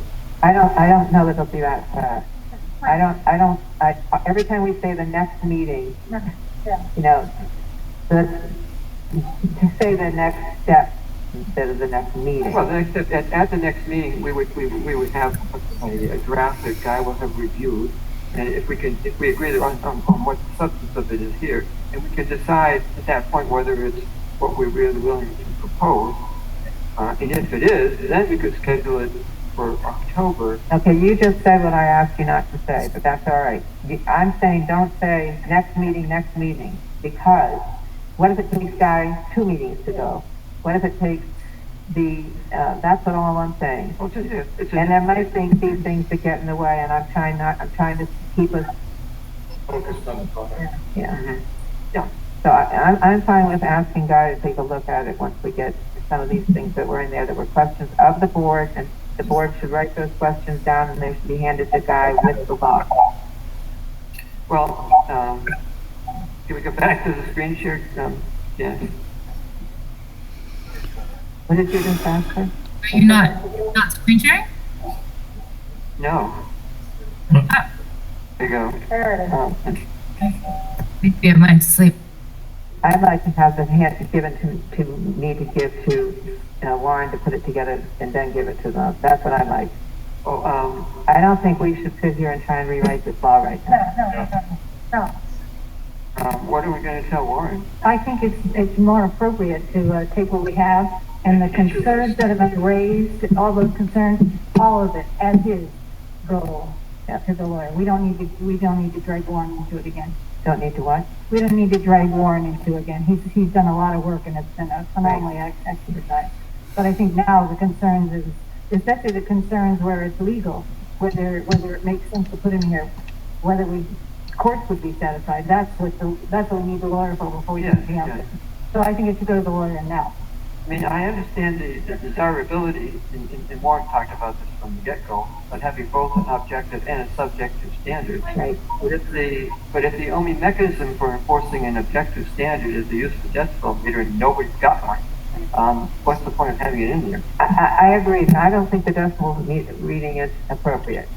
If that's your only thing, strike it. But we keep going back to that. I mean, both parts. Right. Well, I mean, I think that's a pretty important part of this. Yes, so we strike it out and we let the lawyer take a look. Okay. I mean, so if we agree that it probably isn't a usable thing, then we could suggest that it come out, and then what he's reviewing is just a subjective standard, which is what remains. Please ask guys to keep it simple. Right. Well, that simplifies it quite a bit, just doing that. Okay, but we've already said that about 5 times so far. No, Sorry. that's what show we had agreement on. So. Oh my God, I think we have. I'm sorry. All right. Okay. So, would like a comment? On that. I think might be all of it before guys use it. Quick comments, none. Gary? Yeah, I just want to give you what my feeling is on this is whether you pass it, you don't pass it, what's in it, what's not in it, that's not going to be the issue. Right now, the sheriff's department is running with not enough people, because when we have to do an arraignment, I used to come down to the court and do it 2, 3, 4 o'clock in the morning. Now I have to drive all the way up to the sheriff's department to do an arraignment because they don't have the staff to send a deputy out. And when they send a criminal out to our court, they have to have 2 deputies in the car. They don't have the staff to do that, so we have to do the arraignments at the jail now. And then what I hear is in the works now is the city of Ithaca, they don't have the staff to hold their criminals for the city. They want to start shipping. They'd like to start shipping them up to the sheriff's department, which because they're so short-staffed, they don't have the extra people. So I think the whole issue, whether you pass it or not, I think the whole issue is trying to get a sheriff deputy out here to enforce it. That's going to be the issue, I think.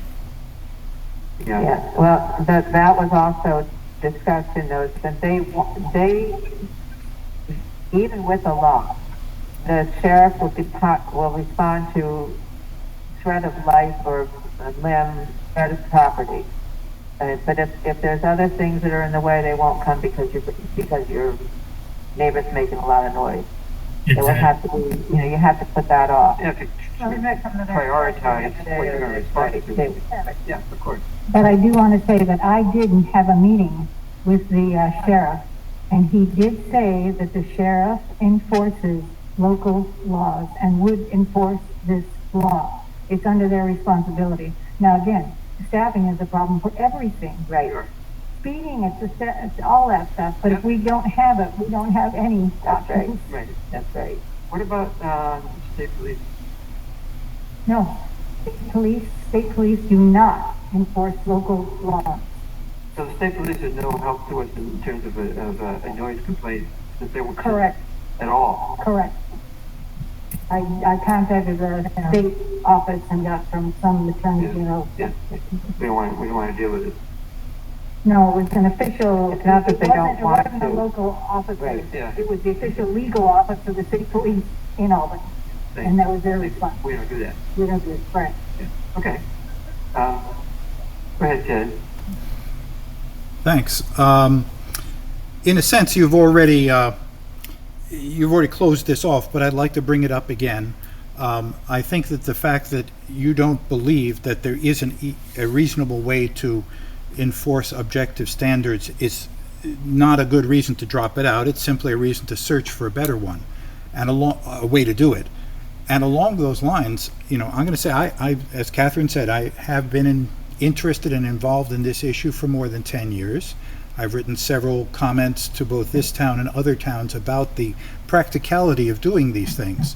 It's too bad, in a sense, that I wasn't invited to participate in this group, because I would have told them right away, and I'm quoting here from the National Institute of Health. Long or repeated exposure to sounds at or above 85 dBA can cause hearing loss. The louder the sound, the shorter the amount of time it takes it to happen. So your 90 decibels is the sound pressure level of let's see what I'm looking at, this piece of art here, of drilling concrete. Technically, 90 decibels is close to twice the sound pressure level of 85 that National Institute of Health says will cause damage.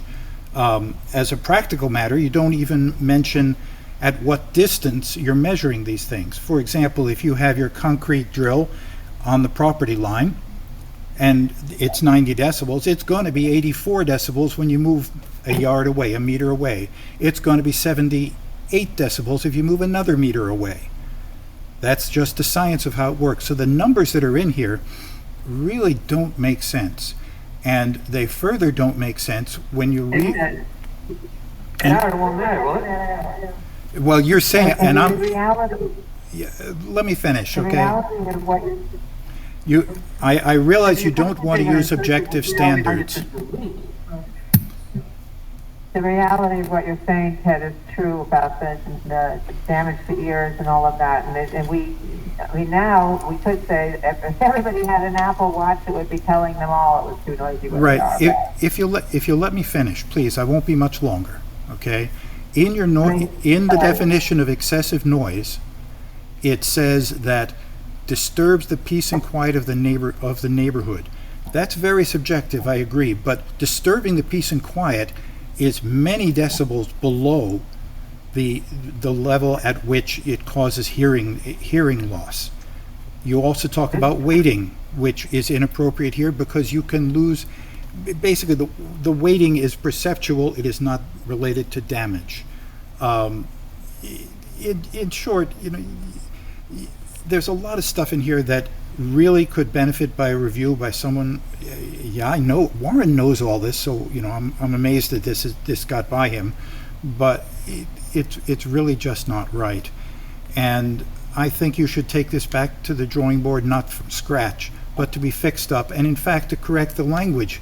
There are terms that are defined here that are never used. There's word salad in places. I know that this is a very tough subject, and I think you've got to put more effort into it, in short. There is no good answer, but you can try and find the best one. Okay, somebody here want to comment? What's the mic?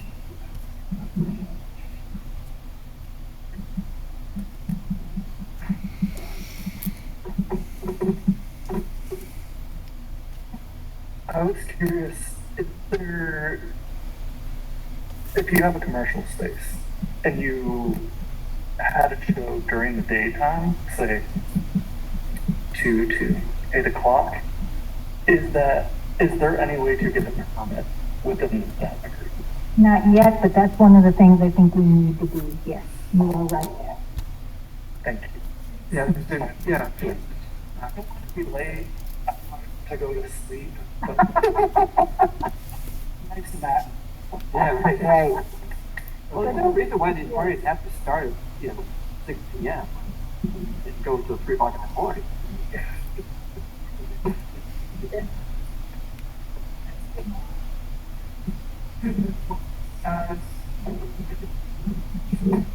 Just quick comments on what you guys were discussing. Number one, in a nice world where everybody gets along and everything happens, the police coverage and the availability for the sheriffs, that's a temporary problem. We don't know what's going to happen 5, 6, 10 years from now. We may have an abundance of police. But the problem is, if you guys don't have a law on the books, you're still doing this when there's actual people to cover it. Yep. Right? And number two, things like the South Danby party will keep happening if this doesn't get taken care of and doesn't get something accomplished, whether it be what's on paper now or something in the future. I might add that even if we had no noise law, if we had some rule or law that governed mass gatherings, noise could be dealt with in that context, even if it wasn't dealt with elsewhere. Right. So that gives us a second. We need a permitting process as well. This is the next item. In addition to this. Yeah. Yeah, it is the next item on the Yeah. agenda. So we got some things here that we can run by Guy. Yeah. Moving on to that. Yes, please. Yes, next item there is, what do we do about that? What next? And I can update people on what happened and without trying to mark it up a later point. No, we would be not. We already know what happened. Well, not everybody else in this room or on the call knows what happened, but a notice was mailed to Angelo informing him that he was violating our zoning, which I firmly believe he was, and then he went ahead and did it anyway. And then so the question was, what do we do? So we discovered when we looked at our zoning, the one paragraph enforcement section of our zoning hasn't been updated in a long time, because every time we update the zoning, it's moved from the old version to the new version. And the section of law that's cited has a $350 limit in terms of the consequences for a well, it's not a violation, but there's a difference. It's a misdemeanor, so it has an effect on your record, but it's only a $350 fine.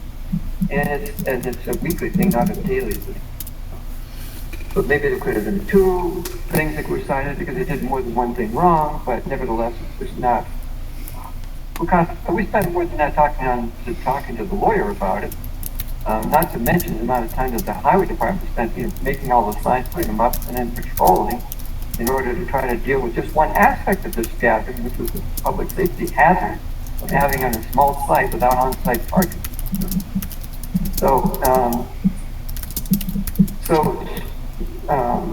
I've talked. We talked among ourselves, not all together, but one-on-one. And come to I believe the feeling that there's not much point in prosecuting the violation because the consequences are so minimal for the person who did it, and the expense of the town is so great in doing it. But it does raise the question of what do we do, because it points to 2 problems. One, we really ought to beef up our enforcement section of our zoning law so that it has some more meaningful penalties associated with it. And two, it raises the question of whether we shouldn't provide for this kind of gathering in our zoning law so that it would be a permitted use, but with a permit. And then you would, and this could be a freestanding law that references it, but the problem we have is that it's not a permitted use in any zone in Danby under the current regulations. So because it was not a permitted use, there's nothing in our law that said how you go about doing it, because you're not supposed to do it at all. So, if we provide for it, then we can have some rules about how you do it, when you do it, And where. And where, yeah. Well, if you have permits, then if you require a permit, then the permit can have all sorts of details, like you don't have 1.6 acres with several 100,000 people on it. That's it. So I think one of the things we need right now is we need to investigate permits and set up a permitting process. I only mentioned that where is part of it, and that would be part of the zoning. That's where Joel's talking about zoning. That in the zoning, there might be the where would be included in the zoning issue. Now, you listen to the freestanding law.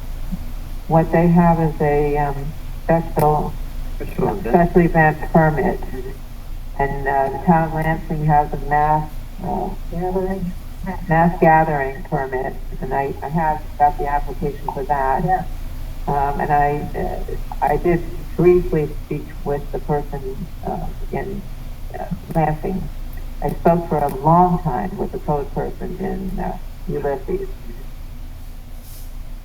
I was going to say, we should just ask Greg to come up with ideas how it's his job, right? To come up with what, give them your information.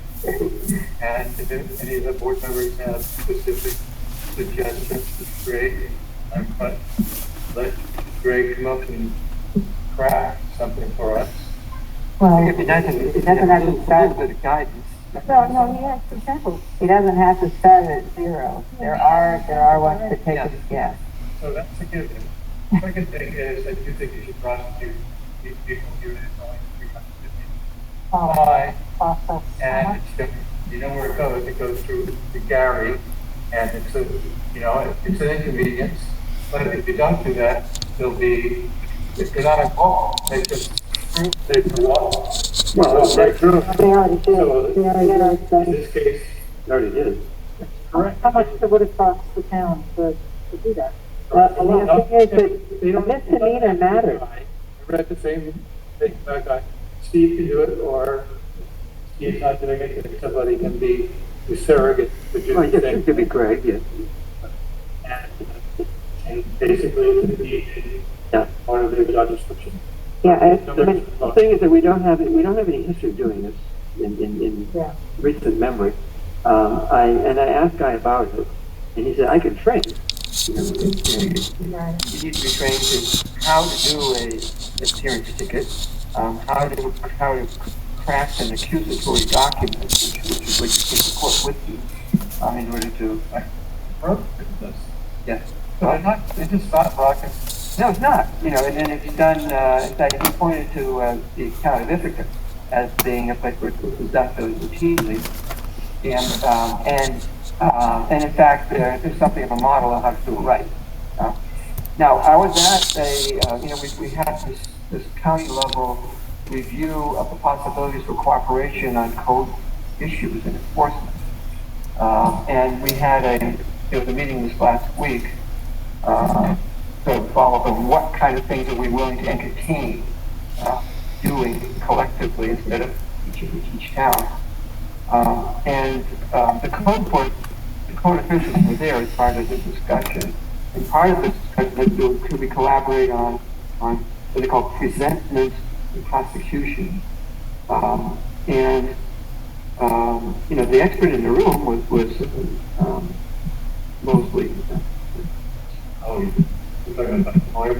No, I'm talking about the code enforcement, head code enforcement officer of town of Ithaca. I didn't hear the last words in the the something in the room was, the mood of the room. Well, the topic, one of the topics that No, just the last potentially collaborating on was called presentment and prosecution, what we're talking about here.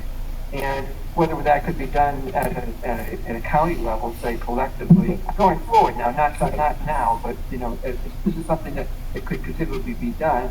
And Mr. Mosley, who's the expert in the room, I have the most experience on this, and it's a pain in the neck. It's a lot of time preparing the accusatory, you know, dealing with the court, all that.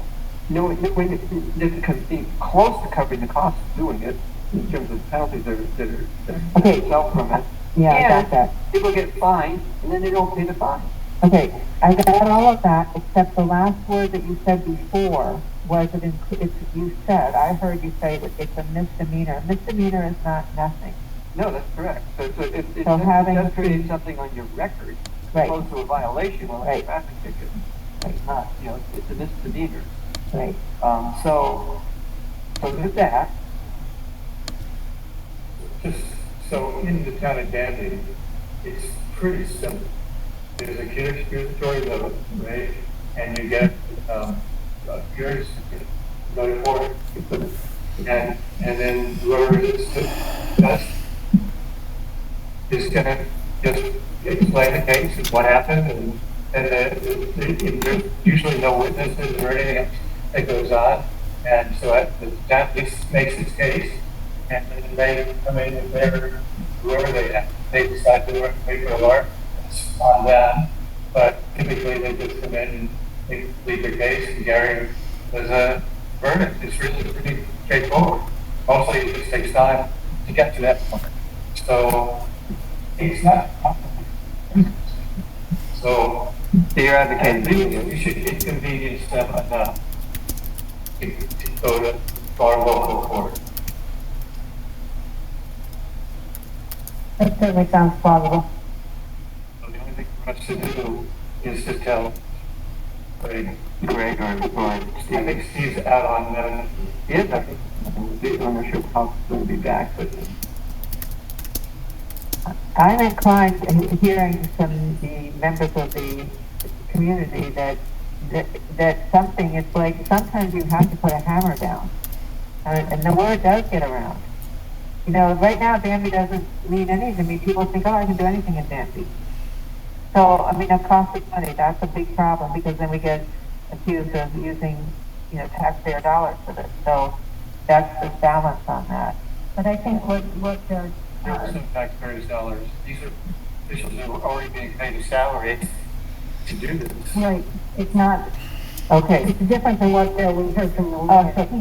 You don't have to go through the lawyer to do that. Is that what you're saying, Paul? Yeah. Okay. And they still get a misdemeanor or something if they appear late. Okay, I think we're assuming though that Greg, who has no history of doing enforcement, and Steve, which has no history of doing enforcement, could do it without guidance from God, which I think is an incorrect assumption. Actually, Mr. I can't. I can Paul. sit down there and just write the thing. Right. Paul can help. He's had it. Before, he said he did it several times. Okay, so Paul's volunteering to train Greg on how to do it. All right. I mean, another option which maybe people are interested in is, I mean, we have spent a lot of time loaning Steve out to Caroline. If there's somebody else that, I mean, that if Paul feels comfortable doing that, fine. But we could always borrow somebody. Paul volunteered. She says so. Thank you very much. Yeah, right. Yeah, it's really simple. Okay. Like, we'll talk about it. It might be where one drafted and everything, do have to buy that. Oh yeah, always take everything by time. Yeah. Okay. And like, again, even from the old days, which isn't that long ago, the requirements of those affidavits does not really require that much clerks. And that's the advantage of being in a small town USA. We're not up against anything huge. We're really putting this guy on notice that this is, you know, not acceptable behavior in our town. We don't have any other guidance. I would say that. So it's just Not the moment. simple, straightforward. See if we can't predict what Gary's gonna do with it, and what we see what happens. Right. At least we're putting them on notice. All later on, raise the fines, and everything has to be done after this in terms of that, in terms of those kinds of behaviors. Well, he specifically received a letter that said if you move forward, you are violating. And if we do nothing, then we've set a precedent we don't like. That's been our problem, and we've been talking about it here again for a long time, just like the. So it's another thing about being a little proactive about this, like not just that. So there's an online, and it's right, if you go in there. Could you use your microphone? So. Yeah, you have to put it in front of you. So they can hear it? Can they hear me? It's not them, it's That's them. them. Those guys can. Yeah, they So can't hear it unless you talk to them. if you look at the site, There. Keep it up, keep it up a little bit. so. You have to get used If to you it, go to the Paul. site for Bright, they claim that they'll help anybody set up a festival or a concert of this kind. And they have no comments whatsoever having to deal with the local governing bodies. They say, well, hey, you gotta come to us, we'll tell you how to do this, we'll tell you how to send out, announcements and put it online so that people will come. We'll tell you how much money to charge, now it's so easy to do this. And as if they were the authorities. Every authority. Correct, that was explaining to them how to do stuff. So that's another line of, to approach this kind of stuff, to get them to actually have people come to the town or the legislative body to get approvals for this kind of thing. And I don't think any of that stuff is going to be all that onerous. It's just that they need to go through the hoops, like any of us. And it's a commercial, money-making proposition, and they should be willing to do that. That's just the way it is. So to my mind, it's not a question of doing this instead of, but whether we do it in addition to. Correct. Yeah. Because, if nothing else, it pointed out the inadequacy of our enforcement section of the zoning law. And how it might be a nice thing to have some provision for having this sort of event happen in the town, appropriately located and regulated. Not having any rules about it was not great. And so we just sort of decided that it was a private party and not a commercial activity, despite all the evidence to the contrary. Just to answer another question for you as you talk to your neighbors, there's other communities that were caught flat-footed with this same thing that went on in their areas. Because it doesn't happen that often. A lot of communities aren't prepared. If you don't have zoning, you wouldn't have any provision, you wouldn't have anything to keep it from happening anyway, unless you had a noise law or some sort of freestanding, what do you call it, special events. Which is what we're adding, which is what we're going to. Yeah, one way or the other. Yeah. One thing, once again, about the special events permit or mass gathering permit or whatever choices, it's not about reacting and suddenly saying, oh, we have to do something and coming down with a hammer type law of Danby's own with this one. There are other towns that have done this that we can look at without us being in the quote reactionary behavior. There are examples. This is not a reactionary to this situation. It's a recognition that we need to do something that continues to listen to the town residents. So what I'm hearing is a sense that we should prosecute the violation that took place, and basically charging Greg to follow through on it with Paul's guidance. Yeah. And then we will follow up beside that with modifications to our zoning to improve the enforcement section. And then we need some way of integrating special events, regulations, whether it's in the zoning law or the freestanding laws, something we talk about. But I'm hearing that we're pretty much embarked on coming to something, Yeah, deal with that. yes. That's where I am too. So, serving, what happens with serving an accusatory? Would you Right. just go hand it to the person It's or sent to them. it gets sent in the mail? Typically, gets sent by certified mail. This one was sent 5 different ways. I mean, Right. I emailed it to him, it went by regular mail, it went by certified mail, and it was personally served with the process server. Well, he figured that out. Yeah.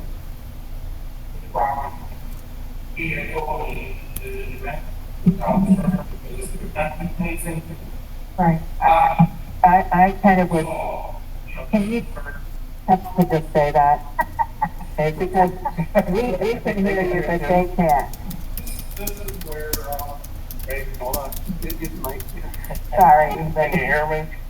So this is where the town would have to step up their game, because if you do your homework first, like I would know now, I can have it done. And you can't stop me. That's what I was told. Yeah. When he was served, it's like, it didn't matter, because he knew he could still have the event, and not, he knew the fine, he told me before you did, that it was $350. So, I mean, I just figured, okay, then that's what I'm paying to have the event. So, that's where you have to have much steeper, penalties or rules to this. Without a permit, there's a consequence.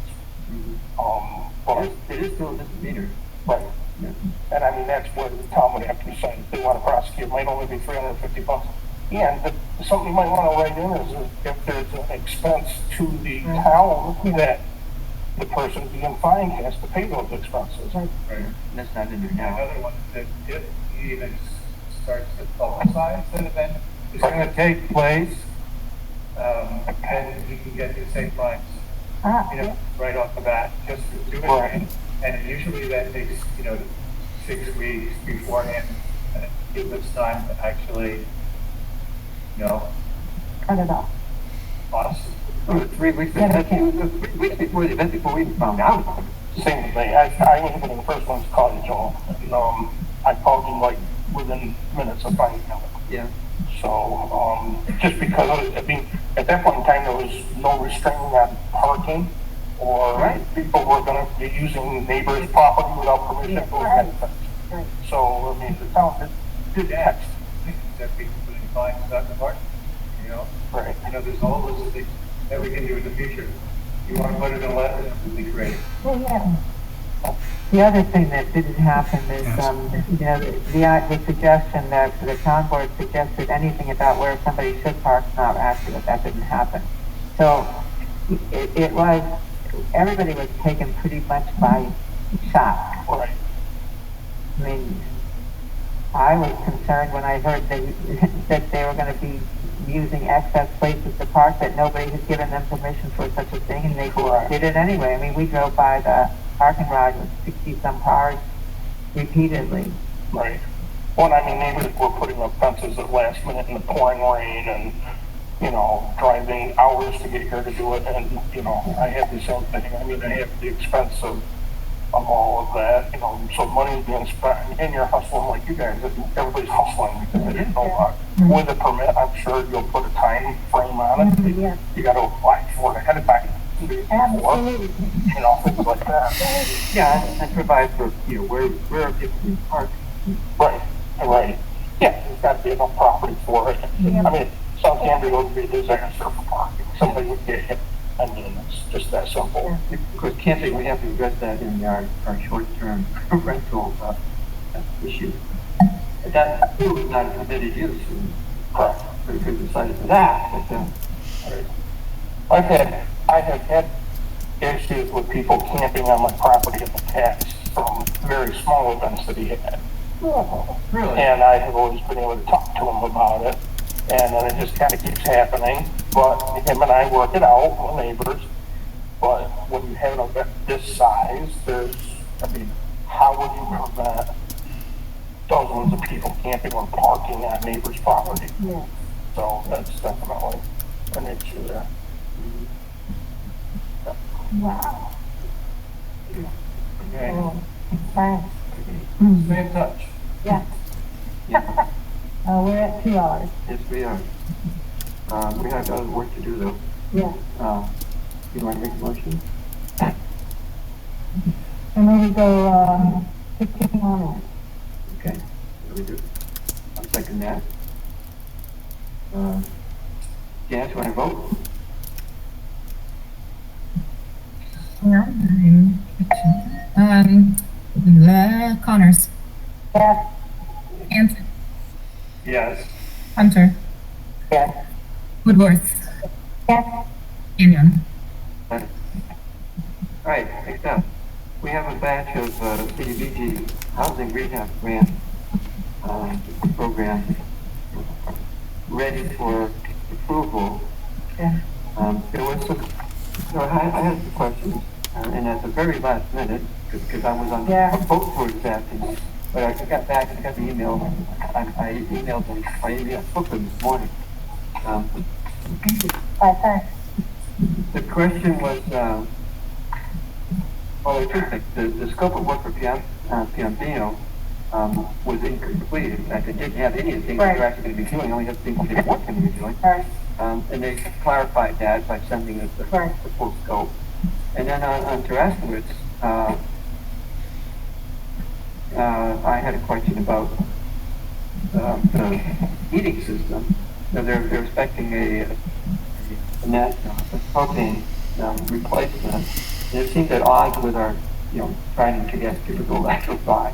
So why didn't they look at the heat pump instead of just replacing with something they're going to be once you put in a new furnace, then you're going to stick with it for the next 20 years. So you're sort of wedding yourself to the fossil fuel solution here for a But while. that's not part of our regulations. We can't change that after the fact. No, we certainly can't fix it after the fact. So I asked them to at least take a look at it, and so they pulled it out so that we could approve the rest of the scope for that one. So all of these are good to go now. With that, and they'll come back on. They're going to seek, alternate bids for the heating system, so at least whether or not to do it. That what to do. So with that in mind, I move that we authorize proceeding with the work on all of these properties. I'll second that. Zach Connors, Yes. thank you. Any further discussion? No. We're voting. Okay, go to the vote. Connors, Yes. Linton, I'm going to abstain, I'm not that well informed. Hunter, Yes. Woodworth, Yes. Kenyon. Yes. Okay. Move to the other item. Zoom or not to Zoom is the I have to next go, one. not to ask the question. You need the Zoom. Are we not using Zoom now? No, this is, Okay, we need to go back to Zoom. this is Zoho, whatever. Zoho Eats. I understand that we might be able to use Microsoft Teams once we get onto the 365 platform. Yeah. We did get an email from Renee Carver, yesterday, fortunately that recently, indicating that he did work out a deal so that we could get back on Zoom at $90 per subscription. We have currently 3, but I don't know that we need 3. We could probably get by with maybe 1, maybe 2. We had 3. I had 1, David had 1, Janice had 1. I never used mine except for the staff meeting. The only disadvantage of having only 1 is that you can't have simultaneous meetings. I can't remember when we ever had a meeting, with one new meeting at a time. So I'm thinking we could probably get by with just 1 license. I would say let's do 1 because I think pretty soon we'll be able to do more with the 365 and we're going to get taught how to use the Teams, etc. Yeah. So everybody can use it. But for $90, it'd be kind of nice to be Right, if we keep that, if we keep one license. Zoom option in place. Yeah, for now. So I feel okay with that. we need to have a motion to table it or something. Why don't we take the motion that we would do that as a sort of an interim, at least an interim measure? Get one license. Stick with Zoom. I move that we get one license for Zoom. Okay. I heard it. All right. We can vote now. Yep. $90 per what period? Oh, What? Well, you already advocated for Zoom, so thank you. No, per what period? $90 a year? A month?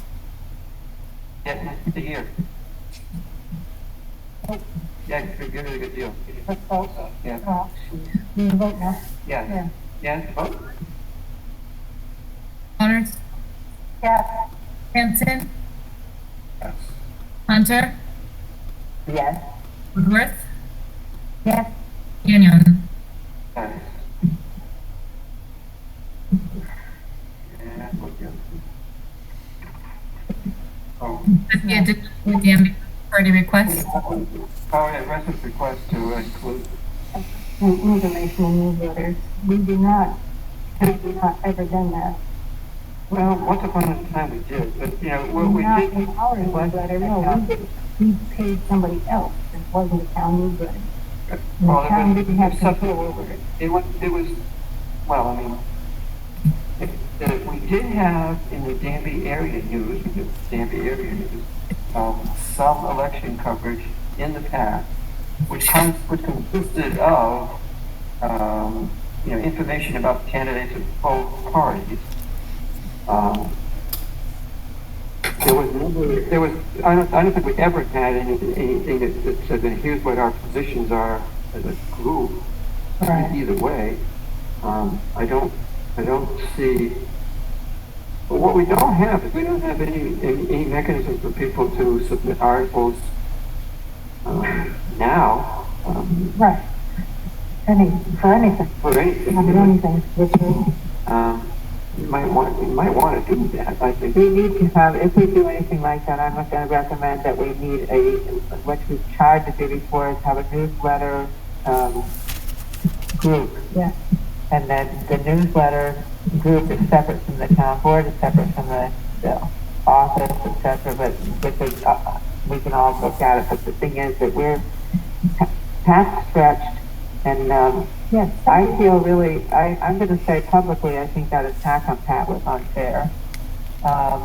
It's a thankless job, and Pat's been trying to keep a budget. She's been trying to keep the pages and the articles short enough that they gave the news. The unfortunate comments about the responses of the people in the audience, that may or may not be. It's true enough to say that the majority of the people in that meeting were very agitated and angry and spent 2.5 we could have put that. They spent 2.5 hours yelling at us, telling us we weren't listening when we sat here and listened for 2.5 hours. We could say that. We also could say that there are many people in the town that spoke up to us letter after letter and email after email and in private who are afraid to come and speak. So, there's always, when we have this kind of situation, you have to, it's a good idea to check the source and find out if you take a deep breath, think about is this a reality, is this a reaction on anybody's part. So, I'm recommending that I'm apologizing to you, Pat, for the kind of reaction that came attacking specifically at you. Thank you. Yeah. Oh, could you use your microphone? Those guys can't hear unless you're. Those guys. Yeah, you need to So, have it in front of you. The thing about TheTown is, My thing is that we all have to do it. what I would say is not political, may not, in fact, it may be political to someone else. Yeah. And so if there is a thing that requires a viewpoint of two viewpoints, perhaps there's someone you could reach out to, Oh, hell, I have lots of people read everything and I write anything. right, from both sides of the aisle. Kind of thing. Yeah? I try to get other people to look at, yeah. Hell, I don't want to do everything for that. And Well, most- I'm thinking that And most of it is not, I write very little. It's cut and paste. Copy and paste, copy and paste. And some And it's editing official recording. report offices for the most part. And organizations that we, provide funds to and their activities, and we're already providing funds for this. What I'm looking for is, and I don't, this again, I don't think that your newspaper or the town's newspaper has a bent to it. Right. But I was thinking that if there is issues that come up that has some kind of political issue with it, to make sure that Got one right now, which is, and we said we'd be addressing it, and I think we should be doing it in October. And that's the town clerk elected versus appointed question. We, the board, have proposed going from elected to appointed. And I told people in my approach, we would give them the pros and the cons of doing that in the October issue so that they can weigh it themselves before this is voting. what I'm doing. Can I elicit something from you, Shannon? So, you know, Shannon's a really intelligent person who can write really well, and I mean, it doesn't have to be Shannon, but it could be someone else that could be reached out to who stands on the other side of the Democratic Party. Yeah. And to give you a sense, right? Well, I mean, Rather than coming specifically from you. Yeah. What we could do is we could draft something and then have them look at it and say, well, you didn't think about this, and this. There are reasons why not. And so that we're sure that we're accurately reflecting the arguments that have been made both for and against. Well, can I say something? I mean, it feels to me like this begs a whole, philosophical discussion about what the purpose of the town newsletter was. And that was to try and get information out to people about what was going on. I mean, and I know that, Ted puts in his newsletter that we're not being honest or we're covering up or we're hiding information or something, but that's not our purpose. But it's to, what's going on with the planner department, what's going on with code, and to, especially people who don't come to meetings or don't want to look up what happened at the meetings. I mean, it's usually pretty much, all right there. Reporting news. Right. Yeah. Right. Right. So I mean, that was the whole point. The whole point of the newsletter, and I mean, I know that it happens to be most people on the board are registered Democrats, but as far as I'm concerned, that has absolutely no bearing on what is put in there. The purpose of the newsletter is to be sure that we let the public know what the town board has done and what the other offices, like the planning board especially, are doing. It's our responsibility to make sure they know. It's exactly. Yeah, it's factual. And that's important that we provide that information. The town is doing a lot of stuff, and it's important that we let people know. Now, if they don't read it, it's on them. If we don't tell them, it's on us. Okay, but again, here we are at the town board meeting, all Democrats, sitting here, having our discussions, and the reporting is about what we've said. So if there are people who are a minority in the town who are not electing us, who aren't getting their message, and ours is. Well, hopefully we're not. Quite fair. Hopefully we're not, I mean, I don't know. Now I need to go back and read a whole bunch of. Yeah, I can look at that. In general, it's not a message. It is not what somebody says, but what's actually done. Okay, So if we vote some way, that's it, that's done. I am not trying to get Yeah. You know what I'm saying? This is why I reach out to Shannon, because Shannon will read it, right? So I'm asking you to read those with a critical eye, so that if there is something that you have to say, at least tell me, and if not tell me, then, give us feedback. You can do it in writing, or you can do it as an article and submit it to Pat. And, that.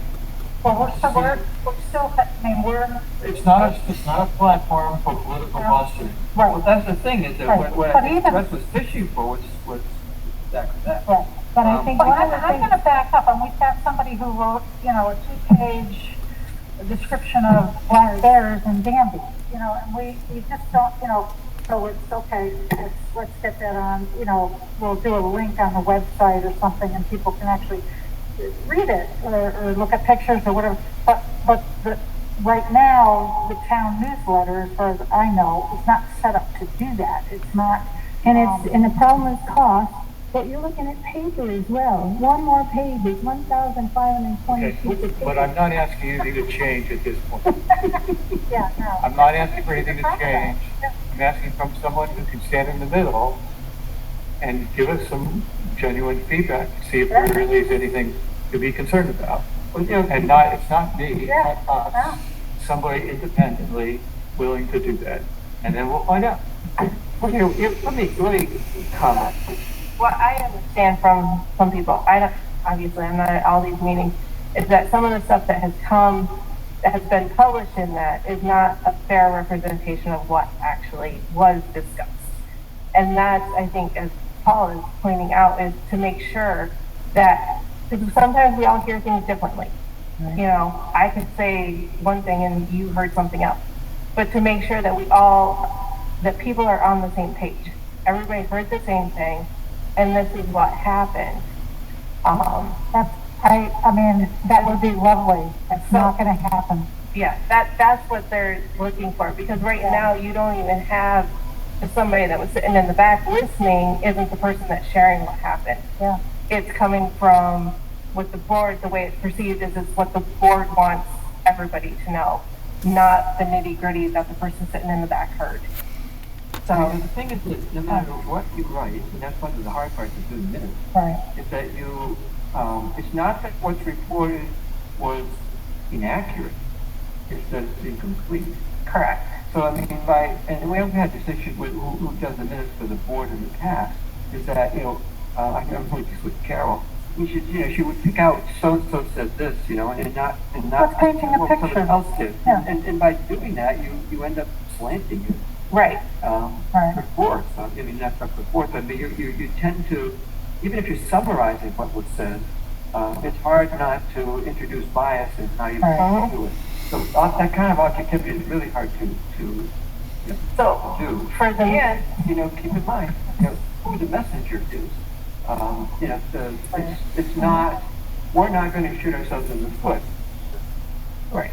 So that's where, you know, if you were part of the gang here that was angry and upset, you know what came out in the newsletter didn't reflect that degree of Hostility. hostility.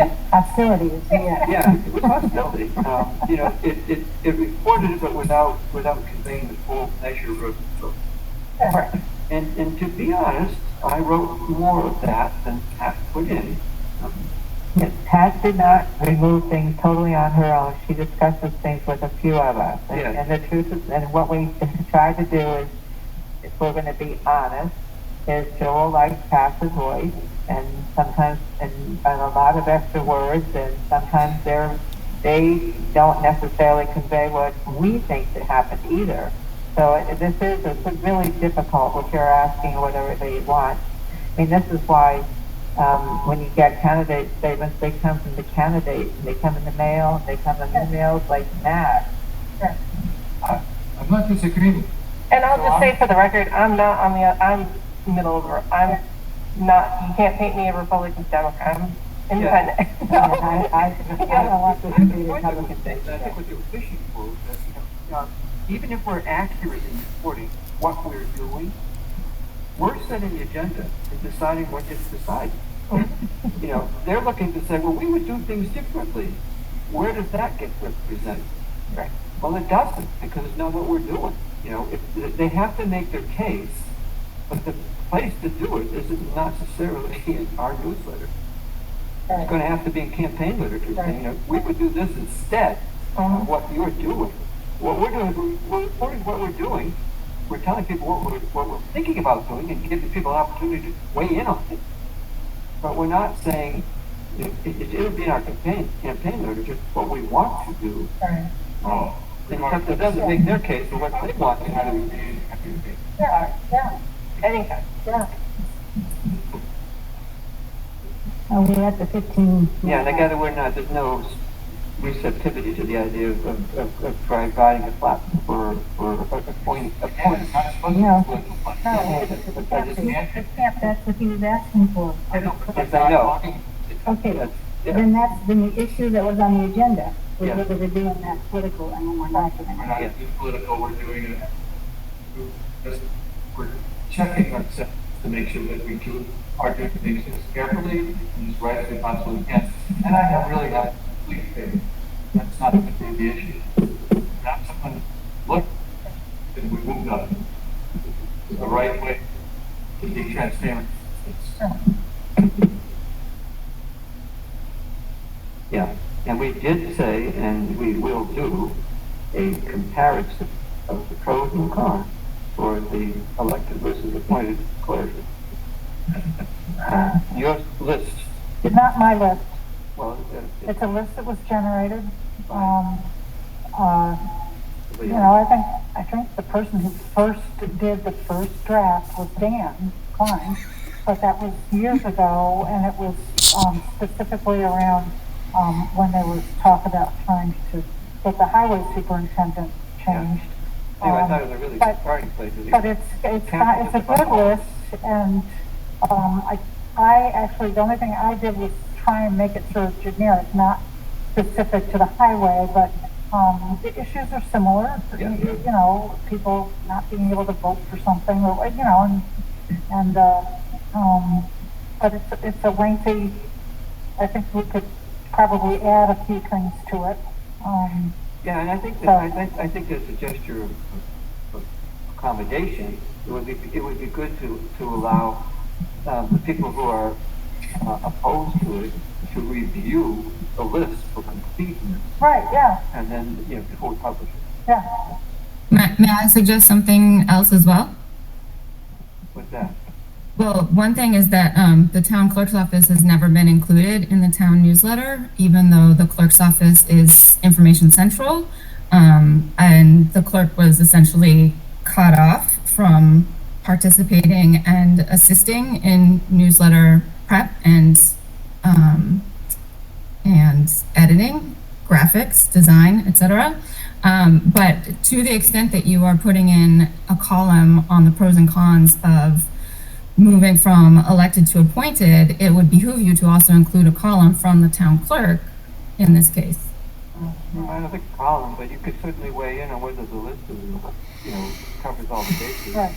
But if you're talking about the town news being updates and news from each of the offices, wouldn't that include the town clerk? And why has it never been an issue before that the town clerk hasn't been included? I am Town clerk has never submitted anything. I never once erase everything that's submitted. You've never sent anything to me. you have never asked for anything, and you Sorry, but we have the town clerk me report at every meeting. work with That's me. it. You refuse to work with me. I mean, people need to put in a little bit, a little article every month, and it would be appropriate for the clerk to have. It would not be appropriate, I think, to provide a podium for the clerk to make a case for why we shouldn't change it. Why? If you're making a case for why it should be changed, why on earth? It's a pro and con list. It's not a stand. Janice is not taking a stand. It's a pro. There may be the same number of items on each list. It's a pro and con, and it's just a column. And people would bring things up, and we'd add it to the column. It's not taking a stand.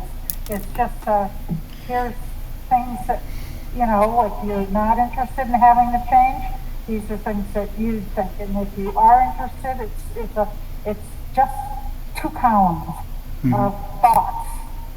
And some of them, I think I even put at the top, some are facts and some are not. Some of them are feelings. Then those feelings need to be deleted. Not Work on opinion. facts, not opinions and feelings. If you are putting forth a pro-con statement, that doesn't include feelings, that includes facts.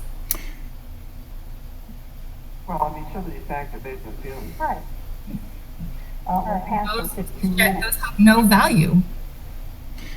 Well, I know about that, but anyway, I think you should be included in the review of the Yeah. pros and cons to make sure that, Right. you know, that it accurately includes, you know, your Yeah. what you think about it. Yeah. So, we pass it, you point out the. Yeah, Joel, 2 cents. So I'll send that out again. I mean, I don't know. Did everybody Yeah, get you it? can take a look at it. What, I mean, In fact, just the next meeting is the 20th, last. we're way past. We're way past. Yeah. Okay, with that, Joel, the 2 cents on your discussion. Very relevant. A couple cents worth. I'll be quick. First of all, in light of what Joel and Leslie said, I think you should all of you should be thinking back to what Paul said. What you write is not what you think you're saying when you write is not necessarily what is perceived by the readers. It's not sufficient to let someone review it. You have to give people a voice. And second point, I can tell you that I am interested in publishing candidate interviews in the Danby News.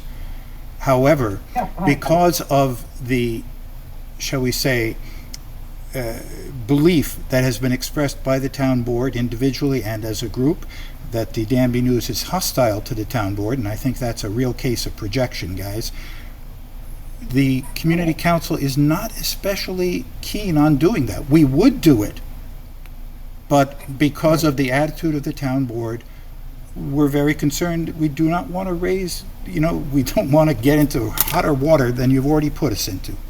So I think you should rethink your last 10, 15 minutes of conversation.